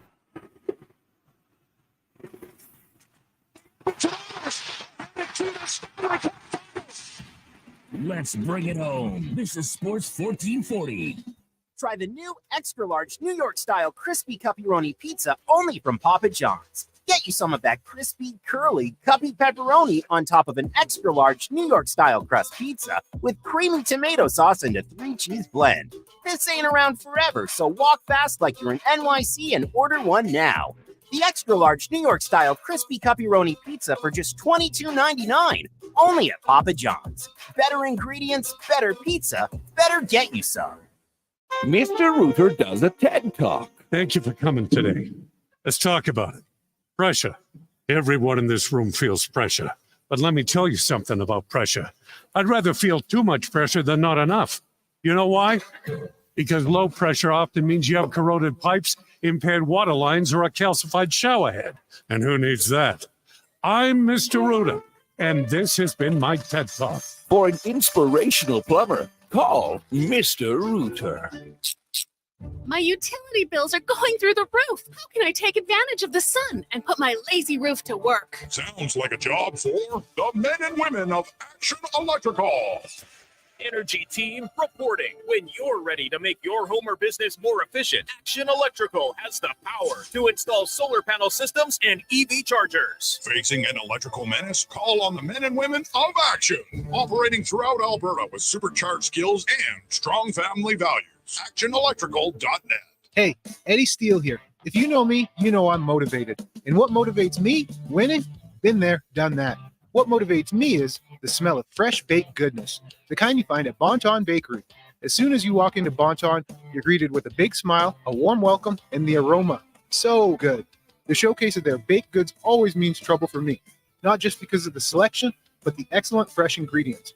That's Bonton Bakery, 8720 149th Street, open 9 to 5, Tuesday to Saturday. I'm Ryan Nugent-Hopkins. And I'm Zach Hyman. And when we're not making juicy, sweet passes or having my goals disallowed, we're working for Legacy Heating and Cooling. You know, guys used to call me a plumber. And now they call you an AC repairman. Nice. Hey, guys, you're not here to fix air conditioners. You're here to sing the jingle. Oh. Well. Okay. Call Legacy, call Legacy. No payments and no interest for 1 year from qualified installers. Legacy Heating and Cooling. Hi, it's Jason Gregor. We're looking for an experienced salesperson to join us as we continue to grow the Sports 1440 brand across the province. Of course, you'll sell Mornings with Carius, Low Tide Show, The Frenzy, as well as my show. No radio sales experience is needed, but you need some sales experience. You have to love sports, and you must be a hunter and driven. The base salary plus commissions for this great opportunity, and trust me, you'll have loads of fun working with us. Email your resume to gregor@sports1440.ca. We look forward to having you on the team. For a limited time at McDonald's, enjoy the tasty breakfast trio. Your choice of chicken or sausage McMuffin or McGriddles with a hash brown and a small premium roast coffee for $5 plus tax. Available until 11 a.m. at participating McDonald's restaurants. Price excludes delivery. CW Eves Troughing is busy. That's why they're looking for experienced troughers to run one of their trucks. To get paid top rates, contact CW Eves Troughing at 780-435-1492 or email info@cweves.com. The Brick's fabulous 96-hour sale is back. Check out amazing deals for 4 days straight. From Friday to Monday only, find incredible savings in every department. Save up to 25% on love seats, recliners, and dining furniture, as well as up to 30% off home entertainment furniture and fireplaces. Visit The Brick this weekend to take advantage of these special prices during the 96-hour sale. Some exclusions apply. See in-store for details. The Brick, saving you more. You made party people in the place to be. It's about that time for us to Yeah, what you know about going out? Head west, red legs, TVs, all up in the headrest. Try and live it up. Rock jewel, big a truck. Peach all glittered up. Stick a kid in what? Jig with a cut. Chris spit it up. Rock, get your tuck, can't get it up. I'm a big man, get this man room. I done hit everything from Cancun to Grand Tune. Why you stand on the wall, hand on your...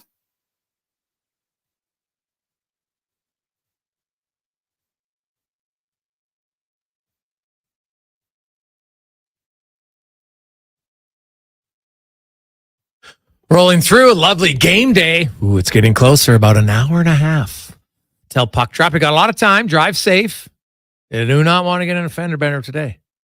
Everybody wants to get home just like you.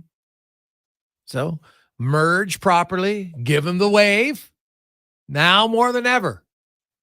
The courtesy wave is very important. And if you're looking at good karma, I'll tell you, the courtesy wave will have much more of a karma impact than a Robert Nilsson hole-in-one. Just saying. This might not be a good time to ask Gregor, but can I leave today half an hour early so I can get home for the game? Well, it's debatable. How does this work? Do we end the show with us singing "O Canada"? How do we bleed right into the game? How does that work? You know what? We got time. I've timed it. I can puck drop is at 6:20. I think if I leave right after the show, because puck drop's not until 6:20. Okay. Right. So you can you should be able to, we live in about the same vicinity, so you should be able to get home. I always PBR the game too, but usually I'll be coming in hot and it'll be ready to roll. So I've timed it. I got home before. So everybody drive safe, don't speed. And definitely try not to get in an accident tonight.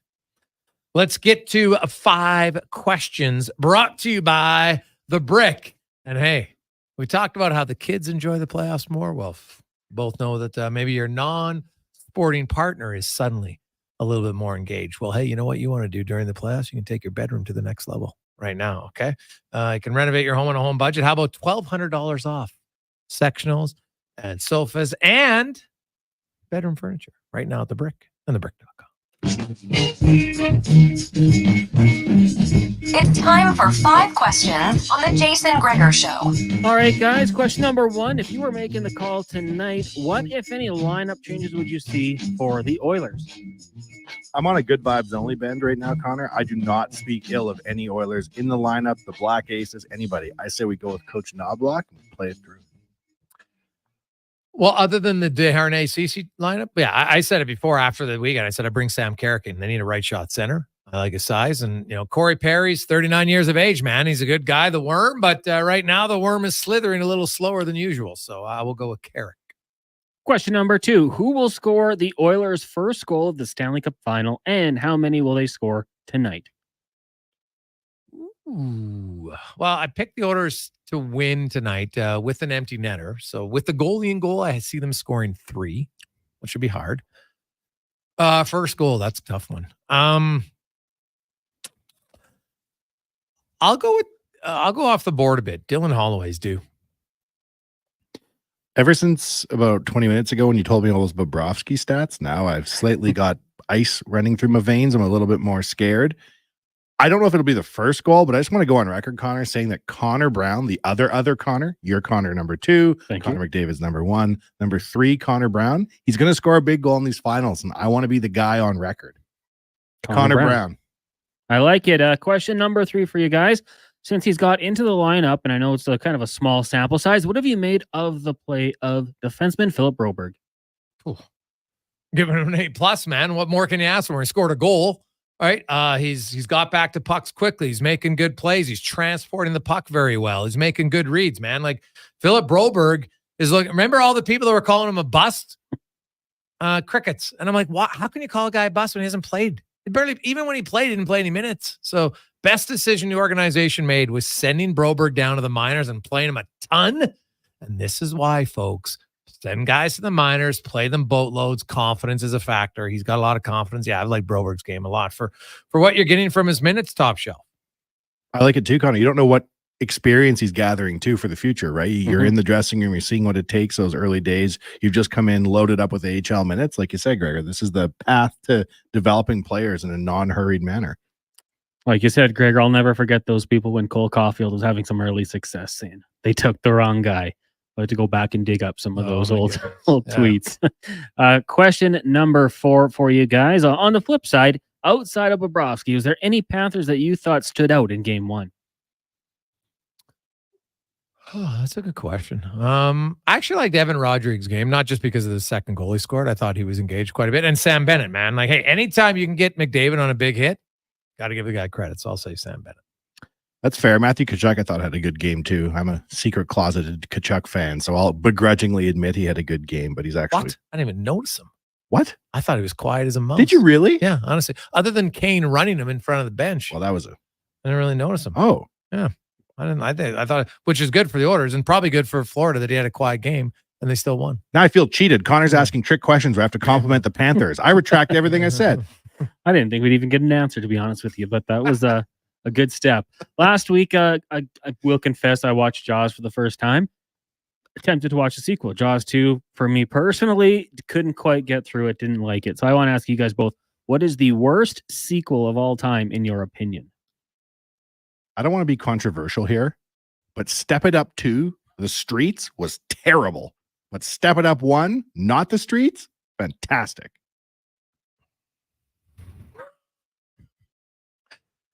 Ooh, man, there is, you know what? Sequels are hard.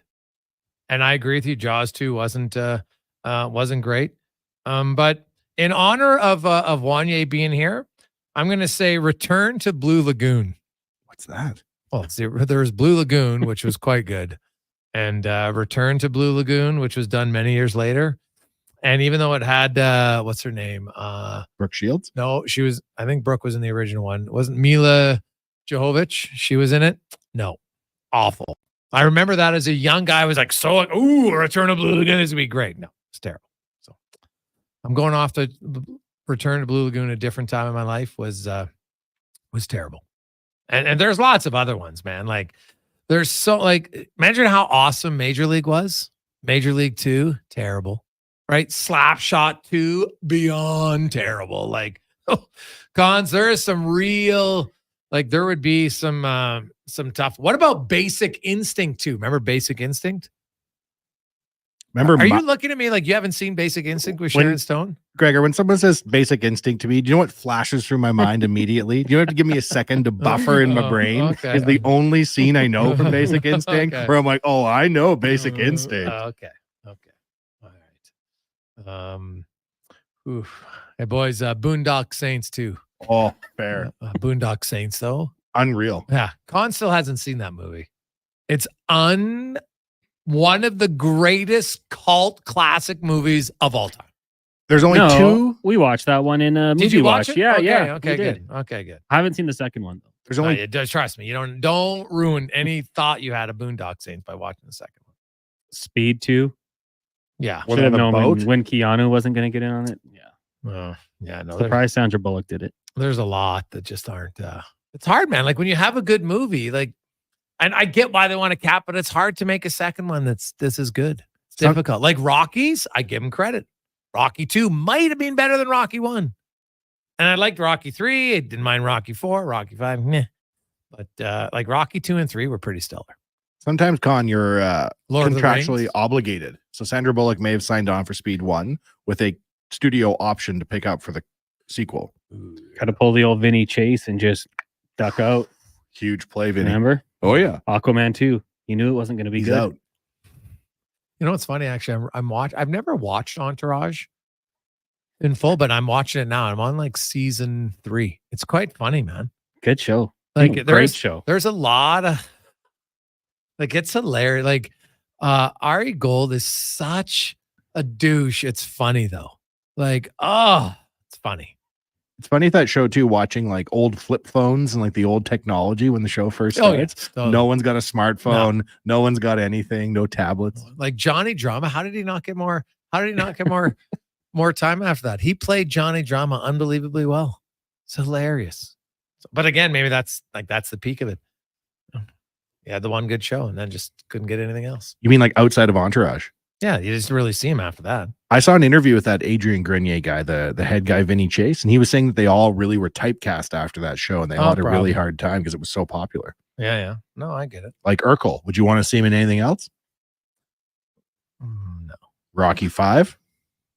Yeah. The Urkeling? Because that's Matt Dillon's brother who plays Johnny Drama. Kevin right? Dillon. Kevin Dillon, yeah. So he must have been in something since. I just can't recall it. And it's hard though to be in a big movie like that, like a show that popular. I think it's hard for some people. 100%. I think you're very easily typecast. Like, look at the cast of Friends, right? Those guys were their Friends characters forever thereafter. Well, a few of them had, Jennifer Aniston's had a pretty successful post-Friends career. But right? everyone thought she was still Rachel. No, it's just she's still attractive. Oh. Can you guys watch a show with Steve Carell and not think of Michael Scott? No. Like, even when he was the morning show. See, I can because I didn't see The Office live. I watched it afterwards. So I've seen Steve Carell and lots of other like when what's the show when him and 40-year-old virgin, funny. Yeah. When he was in with Gosling and it's you know what? Oh, Big Short? No, he was like the dad, and then that was his buddy, and he got divorced. His wife broke up with him. Crazy Stupid. Yes. Crazy and Stupid Love. Is that what it is? Yeah. So no, I've seen him in other ones. Like I saw Michael Scott afterwards, and like he's such a different character, but God, he's funny there. But he's actually done a lot of other ones that are pretty good. Like what about Krasinski in The Office? Like he's like an action hero. He's now. done other stuff. There's a rare exception. I will say too, as a dad, Connor, when I found out that was Steve Carell in Despicable Me. Oh yeah, hilarious. Oh, he's great there. I had no idea. Oh yeah, no, he's really good. I love the Minions, man. Like the new one's coming out. Like there's certain animated shows that I'm like, well, I'm excited for my son to watch it, but I'm just as jacked. I'm like, I can't wait to go. The Minions make me laugh so much. I hadn't watched a children's cartoon since Little Mermaid because as a kid, I was like, I want to save these for when I'm an adult and have a Wanye Jr. running around. I haven't seen Cars. I hadn't seen the Minions. Like I'm pumped to watch these shows with him. Oh yeah, they're hilarious. There are certain ones that are great. Step It Up to the Streets. Yeah. Who's in that, by the way? Channing Tatum and Cassie. I'm looking right now. 28% on Rotten Tomatoes. They're rounding up. See, I never even heard that. I thought it was like the dance one that you were talking about. It's a franchise. Step It Up to the Streets is one of 4, I think. I used to watch them all the time. What's it about? Dancing, the streets, Oh, romance. Okay, I thought it was like that with the girls, and they were all like the dance team. Wow, you're thinking Drumline? No, Nick Cannon. Yeah.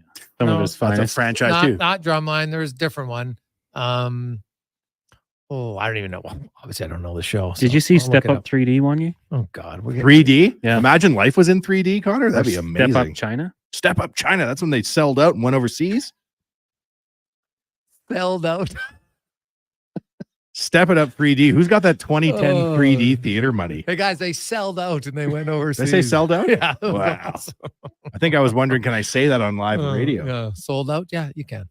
28%. Step Up Revolution, 2012. And then Step It Up All In, 2014. I'm looking here. We got a lot of texts coming in. Hey guys, Karate Kid 2. Awful. Oh, that's true. Mm-hmm. What about Teen Wolf 2? Because it wasn't even the same guy. Right? It went from Michael J. Fox to Jason Bateman. Jason Bateman hasn't aged.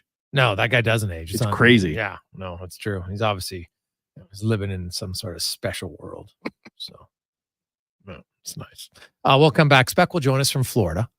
We'll get the lowdown on the lineup changes. Also, what is up with Tkachuk playing less than 14 minutes for the Florida Panthers?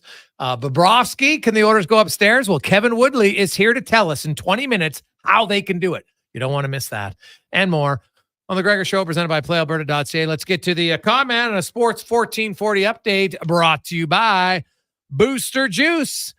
Try the Booster Juice Cookies and Cream Booster Ball. It's a yummy little bundle of flavors. Almond butter, maple syrup, coconut, and gluten-free cookies. Download the Booster Reward apps today and order one. This is a Sports 1440 update. Game day. It's game 2 of the Stanley Cup Final. Oilers in Sunrise to take on the Panthers. Trailing 1 game 10 on puck drop. Round 6. 20 lineup changes. Vinny Darnay, Will Jaw, and with Cody Ceci coming out. In Major League Baseball, the Jays in action in Milwaukee taking on the Brewers. First pitch set for 6:10. Right now, Orioles lead the Rays 1-0 in the bottom of the first. The Riverhawks in action tonight. Kicking off a 3-game series with Kelowna. First pitch, 7:05. Just about to get going as the Sun hosts the Fever in the WNBA Commissioner's Cup. Some news from the NFL. Mike Tomlin agreeing to a 3-year extension with the Pittsburgh Steelers. And tight end Mercedes Lewis joining the Chicago Bears for a 19th NFL season. From the association, Dan Hurley looks like he's turning down the offer from the LA Lakers. It was a 6-year deal worth $70 million. He'll stay with UConn and look to make it 3 straight national titles. Coming up in hour 4 of the Jason Gregor Show, we'll be joined by Mark Spector of Rogers Sportsnet and Kevin Woodley from In Goal Magazine. I'm Connor Halley. This has been a Sports 1440 update. Sports 1440 in West Edmonton Mall and Wetaskiwin. CKJR is a Stingray radio station. Download the free radio player app and listen wherever you go. Silent Rides is one of Alberta's premier bus charter companies with state-of-the-art motor coaches. We provide our customers with the safest and most reliable ground transportation. Our seatbelt-equipped buses have become the preferred carrier for many local sports teams, tours, corporate outings, and other various travel across Western Canada. For more information and to request a quote, contact Ted Nakamura at 780-940-0880 or visit silentrides.ca. Try the new extra-large New York-style crispy pepperoni pizza only from Papa John's. Get you some of that crispy, curly, cuppy pepperoni on top of an extra-large New York-style crust pizza with creamy tomato sauce and a 3-cheese blend. This ain't around forever, so walk fast like you're in NYC and order one now. The extra-large New York-style crispy pepperoni pizza for just $22.99, only at Papa John's. Better ingredients, better pizza, better get you some. AccuSteel heavy haul trailers have been providing highway and off-road custom trailers for over 25 years, bringing you innovative solutions for unconventional problems. They're your industry leader in engineered heavy haul trailer frame repairs, retrofits, rebuilds, and custom trailer fabrication. When you need to haul the largest machinery on the planet, they can do it with a premium engineered heavy haul trailer made right here in Alberta. They're 100% family owned, treating you like part of the family. Trust the experts at AccuSteel heavy haul trailers. Learn more at accusteel.ca. Postseason is always exciting for hockey fans, but for GS, it's all about construction season. For 50 years, GS Construction has been laying the groundwork for your community, but they can't do it without the best team possible. GS Construction is scouting for experienced and motivated laborers, pipe layers or pipe layers helpers, lead hands, operators, top men or women, and a water and sewer foreman. Apply today and start working for the 2024 construction season. Visit gsconstruction.ca today. Warmer, brighter days can make you crave something to sip. Booster Juice is busting out booster mixers, the summer fixers. Cold, tasty sippers in 5 vibrant varieties. The Mango Teaser, Berry Teaser, Almighty Acai, Game Set Matcha, and Oranges and Cream. Try all 5 and brighten your day a sip at a time. And try the Cookies and Cream Booster Ball, the yummy little bundle of almond butter, maple syrup, coconut, and gluten-free cookies. Visit a Booster Juice near you today or download the Booster Rewards app. Before every big interview, every big presentation, every big moment, I've always looked in the mirror and put on my game face. But lately, my eyes look tired, my brow looks old, and I'm starting to think it's game over. Stop thinking and start seeing Dr. Vance Elliott for skin refreshing treatments designed to give you a fresh and natural appearance. He didn't make me look weird. No, he gave me back my game face. Book your consultation today at drvanceelliott.com. Scott here from Sherwood and St. Albert Dodge. It's our biggest sale of the year. This month, every new and used vehicle we have has been marked down and priced to sell. We have Ram trucks that are 25% off, brand new trucks, and we have hundreds to choose from. We have 0% financing up to 72 months on Grand Cherokee. Even though we know our prices are great, every single offer will be considered. We will work to get you the best financing terms. We will pay top dollar for your trade. We will do what it takes to earn your business. It's our biggest sale of the year, and it's on now at St. Albert and Sherwood Dodge. What's cracking at Cattail Crossing? The Mixed and Mingle League. Join Cattail Crossing Golf and Winter Club every Thursday as they pair up males and females for a fun and social round of golf. Only $33.30 all season long. Details at cattailcrossing.ca.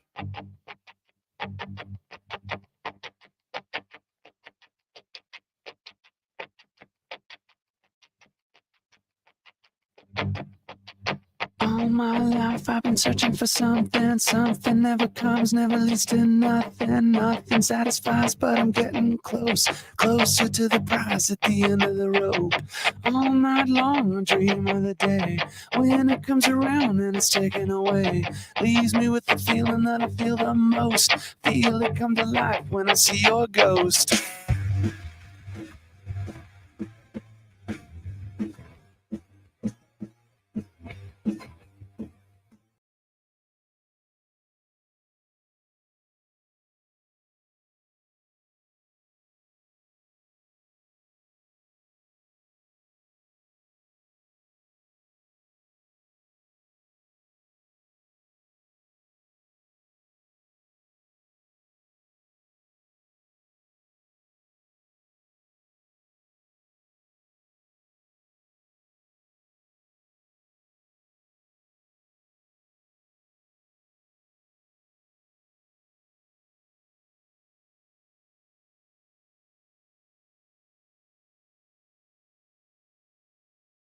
It's game day, an hour and 20 minutes time till puck dropped, maybe 15. The Oilers are in Florida. Pivotal game 2 tonight. It is the Gregor Show presented by PlayAlberta.ca. You want to get in the action tonight. Maybe you're feeling like it's time for a big win for your Oilers. If you do, use the promo code Gregor50, Gregor50, and you'll get a free $50 play at PlayAlberta.ca with a minimum $5 deposit. So good luck. Good luck tonight. Let's get to the Spec Report now, brought to you by GS Construction. And man, they are continuing to roll, and it's getting busier all the time as they're into their 50th year, and they're looking for some great employees. So if you're looking for a job, go to Indeed.com and look up GS Construction. Variety of jobs from beginner levels all the way up to foremans. As we welcome in Mark Spector, joining us from Florida, as the Oilers and Panthers getting set to go for game 2. And Spec, we know Desharnais is in for Ceci. I get a sense you're going to see Carrick come in for Corey Perry as well, and switch up the lines a bit. What do you think? I think you're right. That's exactly who I think's coming out too. I've said this. We've said this before.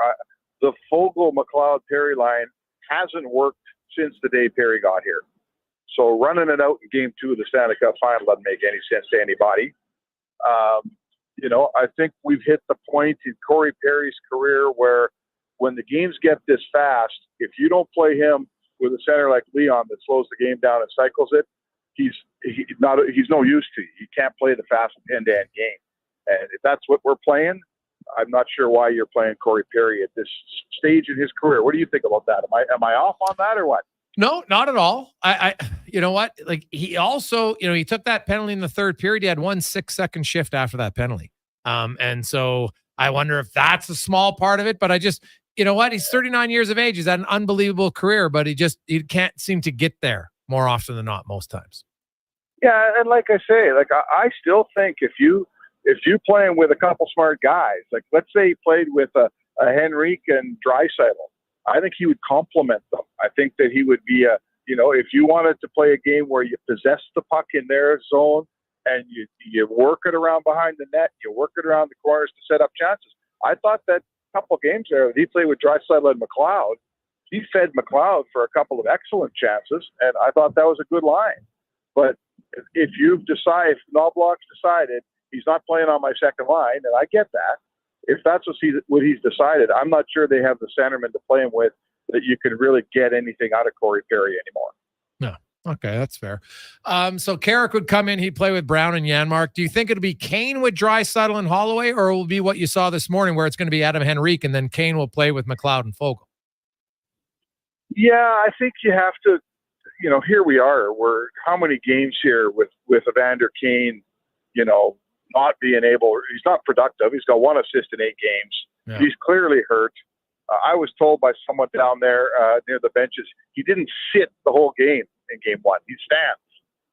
Whatever that means for his injury, I'm not going to try to diagnose the guy off of that, but everyone sits at the bench, but Evander Kane doesn't. So he's got something happening here. And I asked him at the press conference this morning, where do we cross the line from courageous teammate to guy that just can't produce anymore? Yeah. And he said, hey, if I'm out there, I'm supposed to produce, which is what you're supposed to say. But if we go a 9th game here and he doesn't have a point again, I'm asking you, I'm not sure. I guess there's no one sitting in the press box. Yeah, that's the problem. Right. There's no one in the press box that isn't playing because Kane is. And you go, man, get that guy in there. If Holloway was sitting out and Kane was in, I'd be banging that drum. I'm not banging it that hard to get Derek Ryan into the game, frankly. But nonetheless, I think we've got a prolonged period of a lack of production by Kane. Either he starts to produce sooner, or I start looking elsewhere. No. Yeah. Oh no, I think you have to, right? Like there's some onus on him that they're going to need him to do something. There's no question about it. You're in the Stanley Cup final, so he needs to produce. Desharnais and Ceci. Like Cody Ceci on the second goal obviously got beat to the puck, and then didn't stop it. That's fine. I thought the rest of his game was okay, but how much of this do you think is just Desharnais? It's been 4 games and he didn't play that poorly to have to sit out a 5th. Or what do you make of it? Just they don't want to play Ceci and Nurse, or is Cody Ceci taking a bullet here for Darnell Nurse? Well, there's a lot of things to that question. Number one is Darnell Nurse isn't coming out of this lineup, okay? He's not coming out. All you fans out there who have suggested he sits out in a healthy scratch, that will not happen. You know what? It's not happening because he's a huge part of this team. He's a veteran in that dressing room. He plays a ton of important minutes. He's a major part. What's their penalty kill at right now, Jay? Is it 30? Yeah. 30 in a row. Giant part of all that stuff. He's not coming out. So Broberg has, in a normal world, you're taking Phil Broberg out. Well, there's no chance Phil Coffey's taking Phil Broberg out, or I should say Paul Coffey. There's no chance he's taking Broberg out. The kid's playing great, and he's playing a really fast style that you want played. Like you want your defenseman doing what he's doing. So now let's go down the lineup. You're not taking out Ekholm. You're not taking out Bouchard. You're not taking out Nurse. You're not taking out Broberg. You're not taking out Kulak because Kulak is better than Ceci. So who's the guy comes out? I want to get Desharnais in if I'm the coach because he plays the style that can combat a hard, heavy-hitting Florida forecheck. And obviously, Ceci got knocked off a puck by Bennett, and it cost him a goal. So, it's a matter of it's a matter of selection here. At one point, Ceci becomes the guy, and what did he play, Jay? 79 games for you this season in every playoff game. It's not easy taking that player out of your lineup, but Knoblauch's shown some pretty good stones here. I admire the young coach who walks into that dressing room and decides it's Ceci who's sitting out. I think that's kind of cool. Yeah, no, he's definitely not afraid to make tough decisions. There's only 11 guys remaining who have played every game in the playoffs.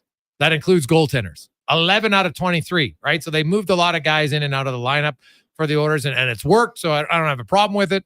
Now, I will say Darnell Nurse did play the fewest minutes, 5-on-5, of any defenseman last game. So I think the coaches, Philip Broberg spec, only Evan Bouchard and Connor McDavid played more minutes 5-on-5 than Phil Broberg. Like, Broberg's played really well here, and so Nurse has got to play like he did in the last 3 games against the Dallas series. I said at the start of the series, like, we consider and say Darnell Nurse plays a big role, but he's not right now that is such a minor league play that he made on that second goal.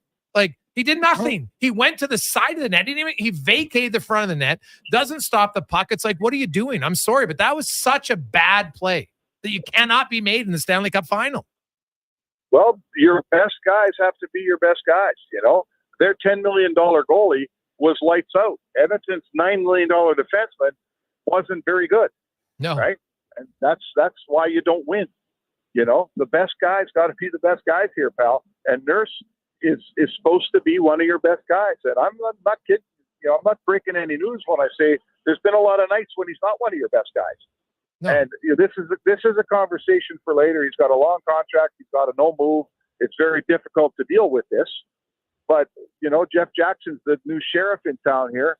And that might be something he tries to figure out this summer. I'm not sure if it is, but they're not, we're not going to have an argument here on the radio about whether that's a good contract or a bad contract, right? We're not having that. No. I'm not. Money doesn't matter in the cup. I just play better. That's all. Like, Nurse has got to play better tonight. Yeah, like it's that simple. I think Paul Coffey has given him a lot of leash, but I think the leash is getting shorter, and you just look at minutes played. On the other side, Tkachuk played fewer than 14 minutes for the Panthers in game 1, Spec. Now, I know he's not on the penalty kill, but I was looking at his minutes played, and Florida's taken 2 or 3 penalties in lots of other games. And, he was under 14 minutes a night. I know, him and Kane ran into each other. Is there anything about Tkachuk? Is he banged up at all, or coach thought he wasn't one of the guys going?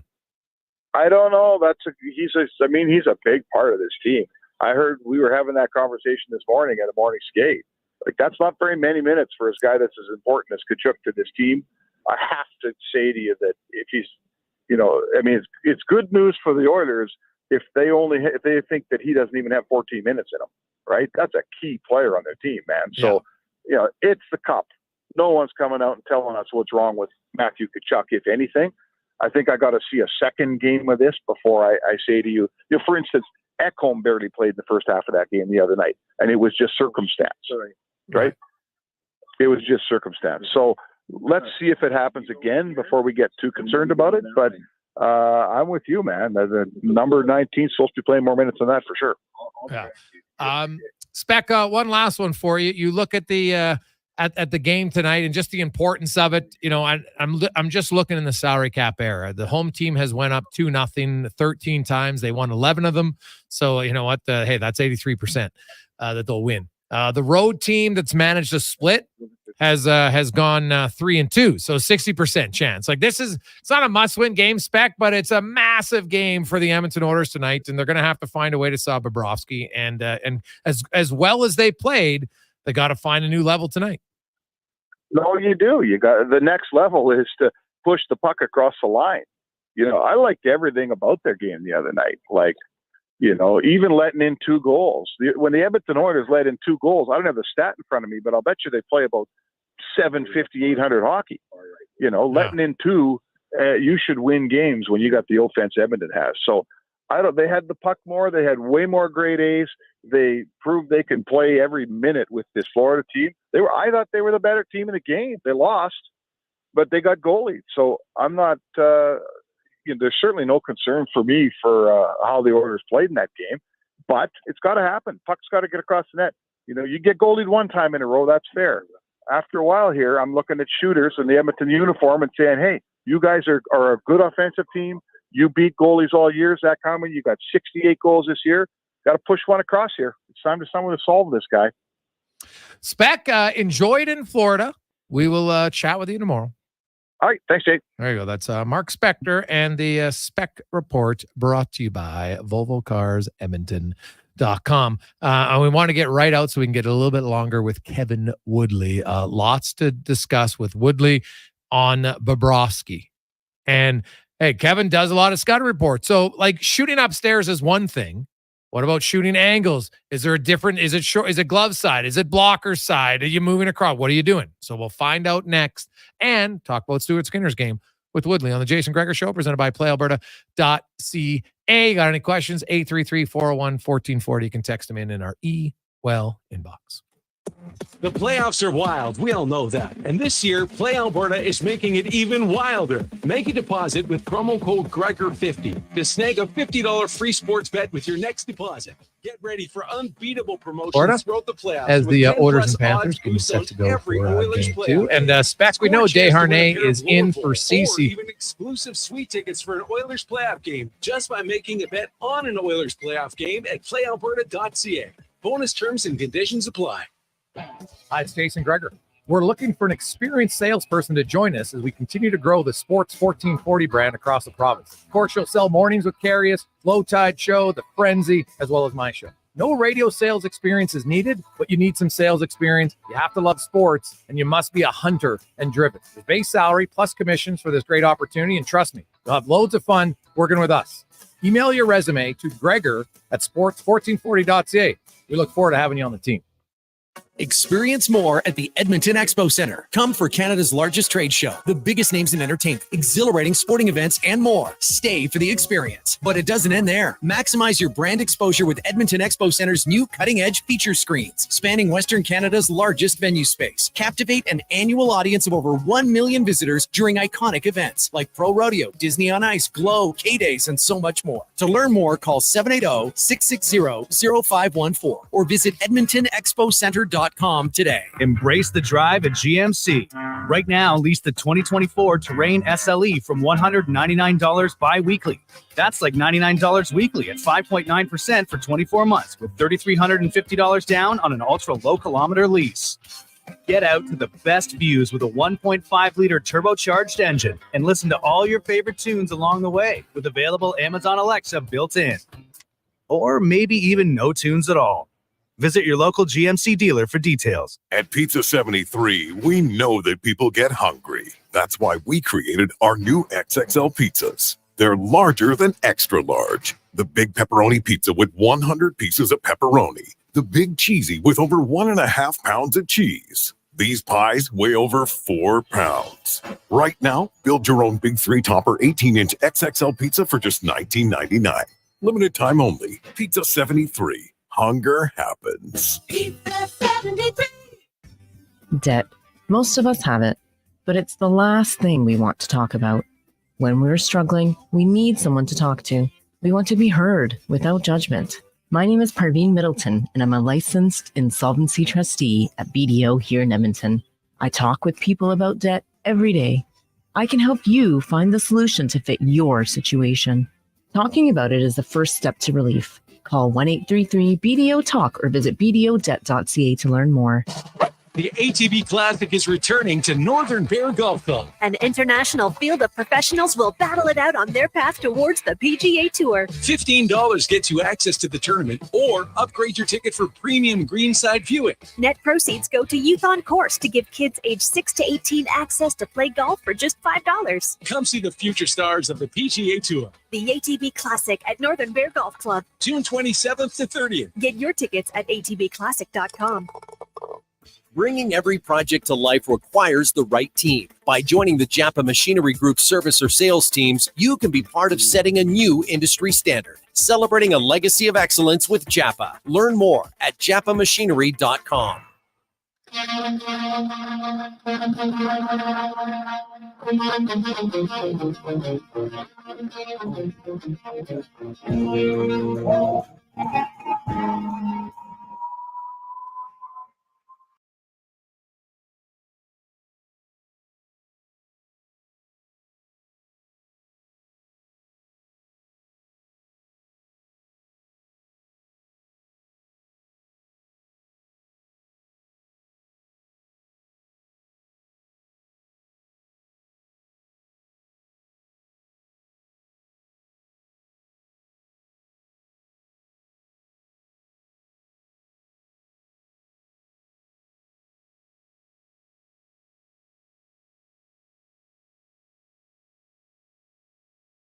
Hey, how does this song not get you fired up? Oh, lots of guys who play in the jungle right now. Oh, welcome to the jungle, baby. It's good times. Good times. It is game day. Oilers and the Panthers, and it's time for our playoff report brought to you by Action Electrical. And hey, welcome to the jungle. You want to make sure when it comes to solar that you're getting the right company to work with. You've thought about it a lot. You want the right company when it comes to installing it. Get you a great deal as well. Save you as much money as you can. They know all the rebates to help you out with the government. 10-year interest-free loan and more. Go to actionelectrical.net for your home or commercial building. As we welcome back to the show from In Goal Magazine and NHL.com, Kevin Woodley joins us once again. And Kev, I guess, there's lots of talk. Hey, Bobrovsky was unreal in game one, and we saw a lot of the stats. Hey, tap you on the back. You said, hey, if there's one area is up high, and then also if you're going to deke them, you want to get it off the ice. And we saw the Oilers. They got 3 breakaways. They didn't score any of them. They were all low right on the ice. So, Captain Obvious says, hey, just shoot high. But it's not just that easy. So is there specific ways when you shoot high to increase your chances of scoring on Bobrovsky? Well, okay, so there's a couple. Like, one is make a move first. And I think it applies to any goaltender, right? But for a lot of times, like, for example, if you make Stuart Skinner move east-west, the tendency is to drop the hands as he moves into more of a blocking mode, right? So he sort of loses his hands as he moves. Bob maintains active hands. For him, the difference is as he moves, he gets into that lower, wider stance where there's vulnerabilities, right? So one of the things you have to do is make sure you get it off quickly. We talked also about, quick shots against the grain. Like, you can't dust it off against him. If you give him any time, he will get there. It's got to be quick and ideally funnel towards the top third of the net. Now, the fact the Oilers only hit the top corners of the net, I put that out on Twitter last night, around the numbers at Clear Sight, twice.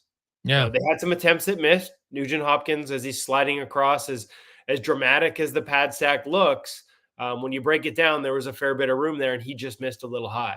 But that's, to only hit the top third of the net twice with the shots you managed to get on goal in the entire game, and the first one was the first shot at the left side of his mask. To me, that needs to be a more concerted effort. And easy for me to say from my couch. I know it's a lot harder to do, but if that's breakaways, like, you can try and quick shot him. And if you can't, if you get into a deke situation, you already talked about it, you absolutely have to elevate, or you've got to try 5-hole. And I know the broadcast said that he hasn't given up a goal between the legs in the entire playoffs, and that's accurate.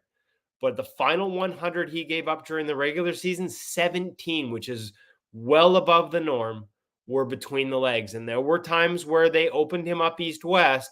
As good as his stick discipline is, it was there. And, like, he might get a piece of that, but I think your chances are better scoring 5-hole than they are beating him along the ice, extending him out wide, because he's going to get a pad over there and he's going to get a blocker or a glove on top of it. So if you can't hit the top half with a deke, you're actually better to put it against the grain back between his legs. The one exception would be Connor's attempt coming off the wing.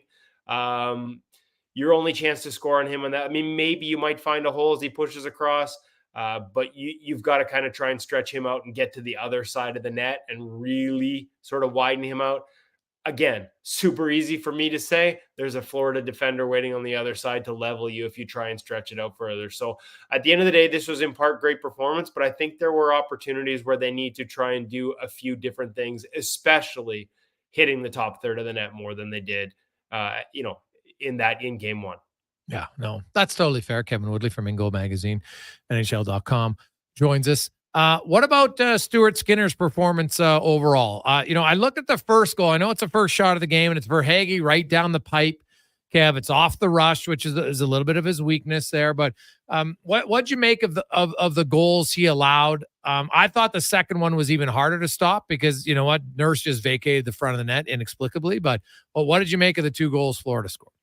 Yeah, I don't think you blame him, obviously, on either one. But I think, if you're honest in your evaluation, there are things he could do differently, better to give himself a better chance. And so you're right. The first one's a rush. That's a tough play. And not only does the defense sort of blow the coverage, which is a part of your read as a goaltender is trusting them not to, but Verhaeghe delivers it in a perfect spot, right? Like the shot is just above the pad, just below the blocker. So your only chance on that one is to make sure you get over a little earlier and sooner. And, if that's above your pad, it's into your pants as opposed to underneath your blocker. So center on it better. And if you break down a little bit, could you have given yourself a better chance on that push if you don't overplay Barkov, if you're not outside your post with your left leg? And I think you could make an argument, at least from a read perspective. And don't forget, I've sat through literally 300 or 400 of these reads now with NHL goalies about what they look for. Barkov's on his backhand. You should be able to react to a shot from the dot on the backhand. Okay. And I think you can hedge your bets a little bit on the push off across and maybe get there a little sooner, a little cleaner, and have more of your body behind it because you are in a blocking situation at that point. Verhaeghe gets the hat tip for putting it in a spot the block isn't. But I think if the block gets there a half tick earlier, that hits him in the pants as opposed to going, over that leading pad. The other one, Jason, again, you're absolutely right. Total defensive breakdown. But this is, and I could rewind this one back to JT Miller's shot with 13 seconds left in game 7 that hits Nikita Zadorov in the knee or it's going in. When the play is below the goal line and you're into the reverse, this isn't a reverse VH criticism. It's a look-off thing. You've got to scan the zone. The puck is in a non-threatening area. Funny enough, we just did a pro reads with both Charlie Lindgren and Alex Lyon, and they were exceptional at this. And you really notice it, the head turning when the puck's not in a dangerous area. If you look at that play, the puck goes behind the net to the corner. He never looks off.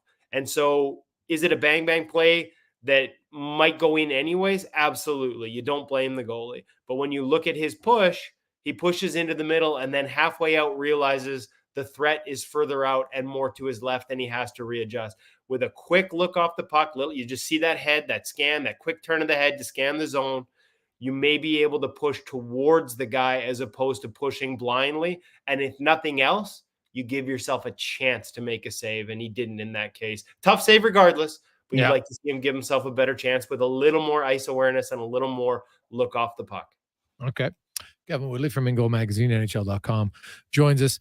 So, we talked a lot about Bobrovsky and the need to get more shots upstairs. Also, if you can, get him across, to try to slide at 5-hole. What about traffic in front? I know they talked about Shelovs and long shots up high through traffic was a weakness they scored on. Where's Bobrovsky on traffic? Does Edmonton need, their defense had I think 11 shots blocked, which is quite a few from their blue lines, and then lots that didn't get through either. Where do you come out on traffic and Bob maybe on long shots? Well, I mean, long shots, we've seen it in the playoffs where he's been beat clean upstairs. And certainly a guy like Bouchard, we talked about it last week. He's got the type of shot that can do just that.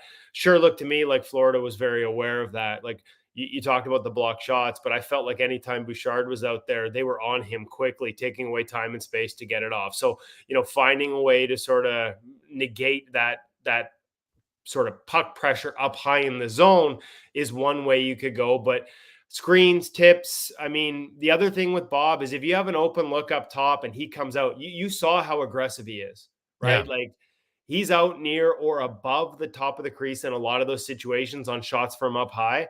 So if you've got a guy in front of the net, great, forcing him to sort of battle and look around traffic, but it'd be great to have another guy sort of off to the side because again, you can sort of get him to push laterally and leave himself exposed back to the post if you're looking for slap passes and looks off the net. And that's another thing you can do. Again, I saw Vancouver make this adjustment or try to make this adjustment against Nashville in the first round. When the pressure is up on the point or when they are fronting, to block shots, fronting the net, you can try and get guys off to the side to exploit that. And I don't know that it's necessarily a bread and butter type play for the Edmonton Oilers, but they have the type of offensive players that can make that type of adjustment. We saw them do it against Artur Shilovs in the second round. And so I wouldn't be surprised if you see a little bit more of that from up top, not necessarily looking for shots through traffic, but can you create broken plays or tips or slap passes off the side of the net that get Bob into more of a scramble mode more often? Kevin Woodley from Ingo Magazine and NHL.com joins us. I wonder what you think about when you look at a guy like Skinner and you look at a guy like Bobrovsky, the pressure to keep up to the Joneses, right? Like it's seeing a goalie that's able to play games like that. What's the impact it has on the other goalie in a big game like that? Oh, it's a good question. You'd hope none, right? Like you'd hope that by this point, he's still a young goaltender, 2 years in as an NHL starter, that you're not thinking about what the other guy does. Now it's human nature, absolutely, to do that. And that's a tough one, right? Because if you're sitting there in your end and you're thinking about, oh man, this guy's standing on his head, I can't make a mistake, I've got to stop the next one. Like you're not focused on the right things, right? And so Stewart's worked with sports, sort of mindset, goalie mindset, sports psychologist guys since he was in junior. And we've talked a lot about how good we like his growth mindset and the way he approaches these things. I've got to think by now that he's got enough tools in the toolbox mentally to not get caught up in that, to not get caught up in, thinking about what Bob is doing. Because as soon as you do that, it's like they teach him to stay in the moment, next shot mentality. If you're thinking about what's happening at the other end, what's happened in the last period, or you're projecting forward to the end of the game, you're inevitably not in the moment. And it's one of the things you absolutely must do as a goaltender is stay in that moment and worry only about the next shot you're facing, not what the guy 180 feet away is doing. I think Stewart's well equipped to sort of manage that, but it's a great question because it's something that a lot of goalies, especially young in their career, struggle with. Kevin Woodley from Ingo Magazine and NHL.com joins us. Kevin, I want to switch away. We got the draft coming up later on this month. What about young goalies? I know we've talked a lot about the playoffs. It's hard to find a can't miss prospect in goal. I think it's very difficult. But where does this crop of goalies overall? What's your thought? What are you hearing? What are you seeing?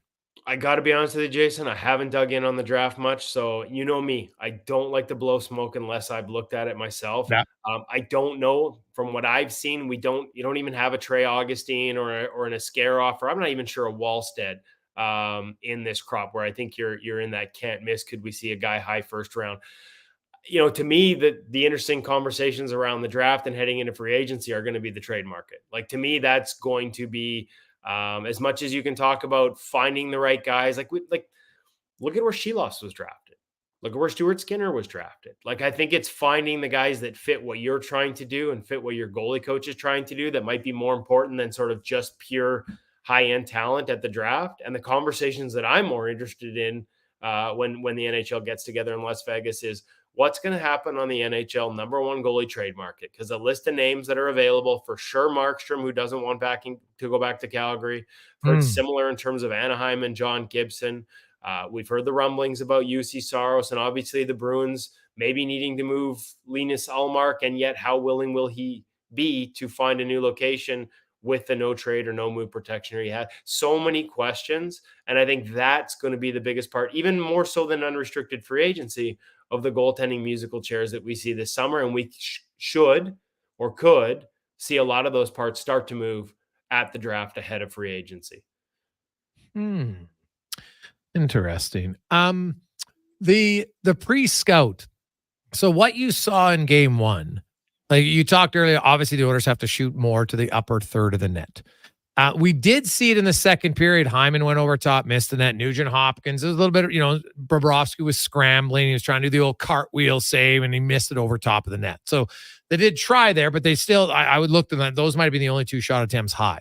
So how, like, what's the easiest way, Kev? Like when you do the pre-scout for this, like, do you just go over and they throw, hey, here's the situations from this angle, this is where we want to go upstairs? Because as you said earlier, like, it's easier said than done. So, but how do you do it to try to make it so it's, that it's definitely in the subconscious of them that they got to get more shots upstairs? That's a really good question. Real easy for me to sit here and deliver a pre-scout. I've never sat in that room and watched it be delivered to the actual NHL players and found ways, to make sure it's digestible for them. Yes. That's the biggest thing. And I think presenting situations would be one way. I think video, sort of showing examples of where teams have exploited some of that high net stuff, what type of plays, especially if you see it fitting in, say, on your power play and the formations you run. If you have a similar example of a look you expect to get from a certain spot, and you can show them film of another guy exploiting that, what it looks like, what Bob looks like moving. I mean, one of my favorite stories when it comes to sort of pre-scout by the time you get to the Cup final is Jake Allen with the St. Louis Blues in 2019. And, his goalie coach and him got together because Tuukka Rask was so unique in some of the things they did that they built the pre-scout. David Alexander built the pre-scout. And then he got Jake, who volunteered to do this, to go out on the ice and actually imitate Tuukka Rask. And they filmed it. And so when they presented the pre-scout to the St. Louis Blues shooters, they had visual examples filmed in specific situations with Jake Allen moving the way Tuukka did. And again, Tuukka had some very unique things to his game to show shooters in slow-mo video, hey, when you see him moving like this, it means his weight's on this leg, for example, and you should shoot at that target because he can't go back the other way when his weight's on that leg. Just as, one example. And again, Tuukka had some very unique movement patterns. Obviously, a little late the series has started. I don't know, how Jack Campbell or Calvin Pickard feel about, playing that role. But it's one of the best examples I've seen of trying to take information that someone like me would write down on paper and show you charts and graphs and make it easily digestible for the shooters in a way that they understand and that they can see. And the only other way I can think to do that, Jason, would be to use video examples up to this point in the playoffs, and there's no shortage. The same video I watched that sees the trends, I would imagine would allow you to show those trends to your shooters. Right. Yeah. No, it's fantastic. It makes a lot of sense in theory, right? And I'd love to kind of pick Jake Allen's brain just about you got to be a pretty good, like, he must have had to watch a lot of video on Rask to know, okay, this is how he's going to move too, right? And he's doing it something that he's not used to doing himself as a goalie. Well, I think Jake's one of those guys that really thinks the game. He's a true student of the position. I think you'd be surprised. Like, not everyone for sure, but there are a lot of guys that are real students of the position that would easily recognize and be able to sort of imitate it. Again, there's only so many ways to do this. The beauty of goaltending is there's no one right way. And yet within the patterns, and as I mentioned, Tuukka had some unique ones. He tended to sort of back across his crease when he was moving to one side rather than square up and push forward. He would sort of glide backwards off that lead leg. When he went into the post, he'd go with the shin of his pad. So about halfway up his pad, that would be against the post rather than his skate on the post, which we saw Stewart get exploited with on the Jason Robertson goal, or the bottom of the pad. Like, for Tuukka, he decided that was the easiest on his body. So again, another unique element. But those are all things that most NHL goaltenders have tried, like a tool that they would have tried to put in their toolbox at one point and either decided yes or no, but they would be able to sort of do those movements. The backing up, the reverse C cut across the crease Wouldn't be something you'd ever see Jake do in a game, but I guarantee you with a couple looks at video, he'd be able to imitate it. And most guys probably would pretty easily. Kev, as always, man, great stuff. We really appreciate it. Enjoy game 2 later on tonight. You guys as well. I'm really looking forward to it. There's Kevin Woodley from In Goal Magazine. Fantastic breakdown of the goaltending position. The first thing that Kevin said about the pads that like have rebounds that are more dead for goalies to control. First time he said that, I was like, that's very interesting. But the goalie's pretending to be the other goalie. What the hell? No, it's it just shows, you know what? Hey, you want to win a championship, you're going to do anything that you can, right? To mirror it and imitate it and give your guys a better opportunity. Because if the players, most people are visual learners, and some can take audio, but a lot of people, if you see it, you got a better chance to really comprehend it. So if you show it all the time, okay, here's the video. This is the guy doing it. This is where the shot goes. And I'm assuming they would have showed the puck going in the net. Now the player visualize it. If I shoot here, go there, it's going to win. That doesn't mean it goes in every time, but you play the odds. You know how goalies are a little bit sometimes off, Gregor? They say, a goalie's a little bit off. Imagine having video of your weaknesses and the world's best shooters are being trained to be like, hey, if you're moving left to right, chances are go high on you. How do you counteract that as a goalie? Like, how do you undo your flaws? That's a good question. Yeah. But you know what? As a goalie, you don't think about it, right? Tuukka Rask wouldn't have known that St. Louis was doing that at the time, right? And so, because what you did got you to the Stanley Cup final. And you know what? That's kind of all you got to do is just continue with it and say, hey, because everybody knows Bobrovsky's upstairs and weakness, I think, is too strong of a word. There's some vulnerabilities there at times. Not every time, sometimes.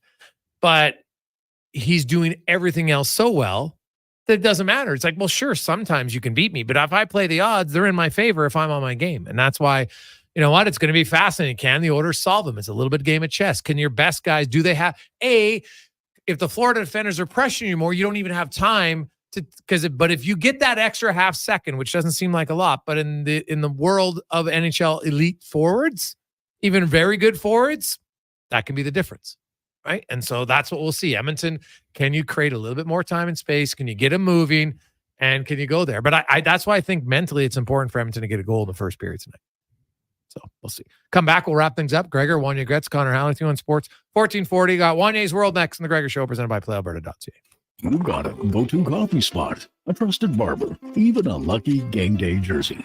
But when it's about looking your absolute best, there's only one name you need. Mr. Dirk. Family run since 1939. We're experts in crafting impeccable tailor-made suits and offering a wide variety of everyday styles. You guys as well. I'm really looking forward to it. Personalized one-on-one fittings and the convenience of on-site tailoring. Mr. Dirk. You guys as well. I'm really looking forward to it. Visit our Edmonton store or explore MrDirk.com. Score big on style with Mr. Dirk. A solid financial plan is made up of more than just investments. Investments it's not just that easy. But you need a also, more if you're going to deke them, approach. you want to get it off the ice. Weird Pearson, Akel and Associates Private Wealth Management understands that. As we welcome back to the show from In Goal Magazine, estate planning, personal insurance, tax strategies, and yes, investments. Talk to him today and see the difference a real financial plan makes. We're Pearson, Akel and Associates. Call 780-988-4119 or visit weirdadvisoryteam.com. For a limited time at McDonald's, enjoy the tasty breakfast trio. Your choice of chicken or sausage McMuffin or McGriddles with a hash brown and a small iced coffee for $5 plus tax. Available until 11 a.m. at participating McDonald's restaurants. Price excludes flavored iced coffee and delivery. At Pizza 73, we know that people get hungry. That's why we created our new XXL pizzas. They're larger than extra large. The big pepperoni pizza with 100 pieces of pepperoni. The big cheesy with over 1.5 pounds of cheese. These pies weigh over 4 pounds. Right now, build your own big 3-topper 18-inch XXL pizza for just $19.99. Limited time only. Pizza 73. Hunger happens. Pizza 73. We're Johnson, whoa. Hi, Dennis from Weiss Johnson here. We all know how unpredictable Edmonton weather is. Extended falls to late winters, and who knows what spring and summer will bring. Regardless of the outdoors, your indoors will be comfortable with Weiss Johnson and Goodman. Whether it's a new Goodman air conditioner, heat pump, or furnace, using our expertise, we'll give you the best quote on Goodman products with no misleading information or offers. Just what's best for your family. Visit wjcools.com today. Take your bedroom to the next level this spring at the Brick. Our bedroom event deals are here to help you renovate on a budget. Save up to $1,200 off sofas and sectionals and get up to 40% off bedroom furniture and mattresses. Plus, buy more, save more. Up to an additional $500 off major kitchen appliances and get free delivery on purchases of $4.99 or more. Take advantage of these fabulous deals today. Some exclusions apply. See in store for details. The Brick, saving you more. Wendy's Small Frosty is the ultimate summer refreshment. And not because it's cool and creamy and made with fresh Canadian dairy. It's also refreshingly cheap. Just 99 cents until July 14th. It's a treat for you and your wallet. Taxes extra at participating Wendy's.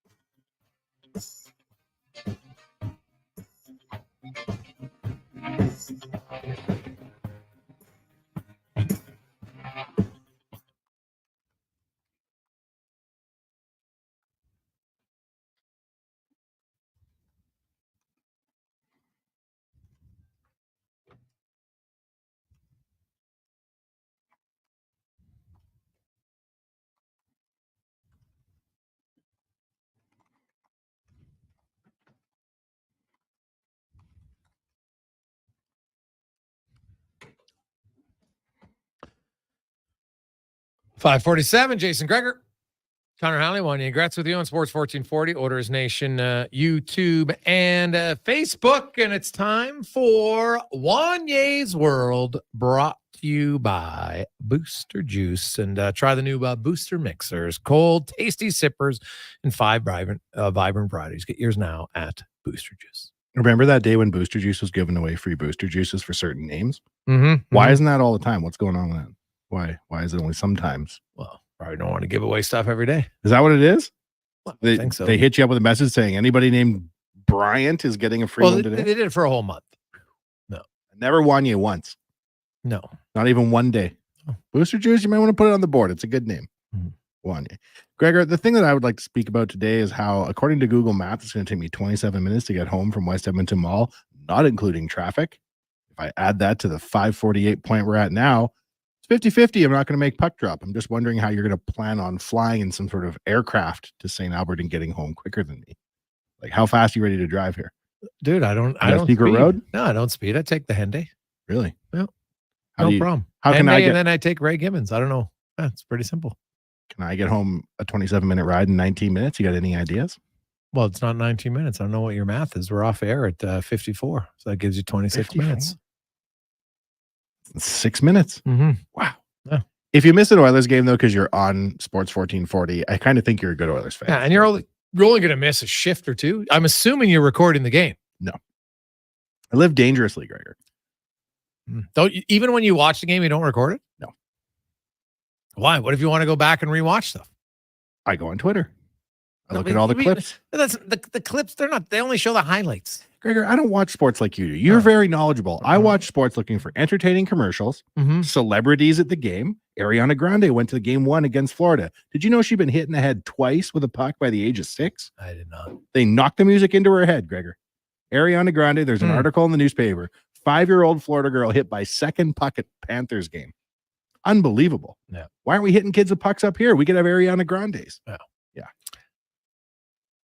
No, I don't think so. Let's not hit kids with pucks. Remember when Kodak Black went to that Panthers game earlier this year?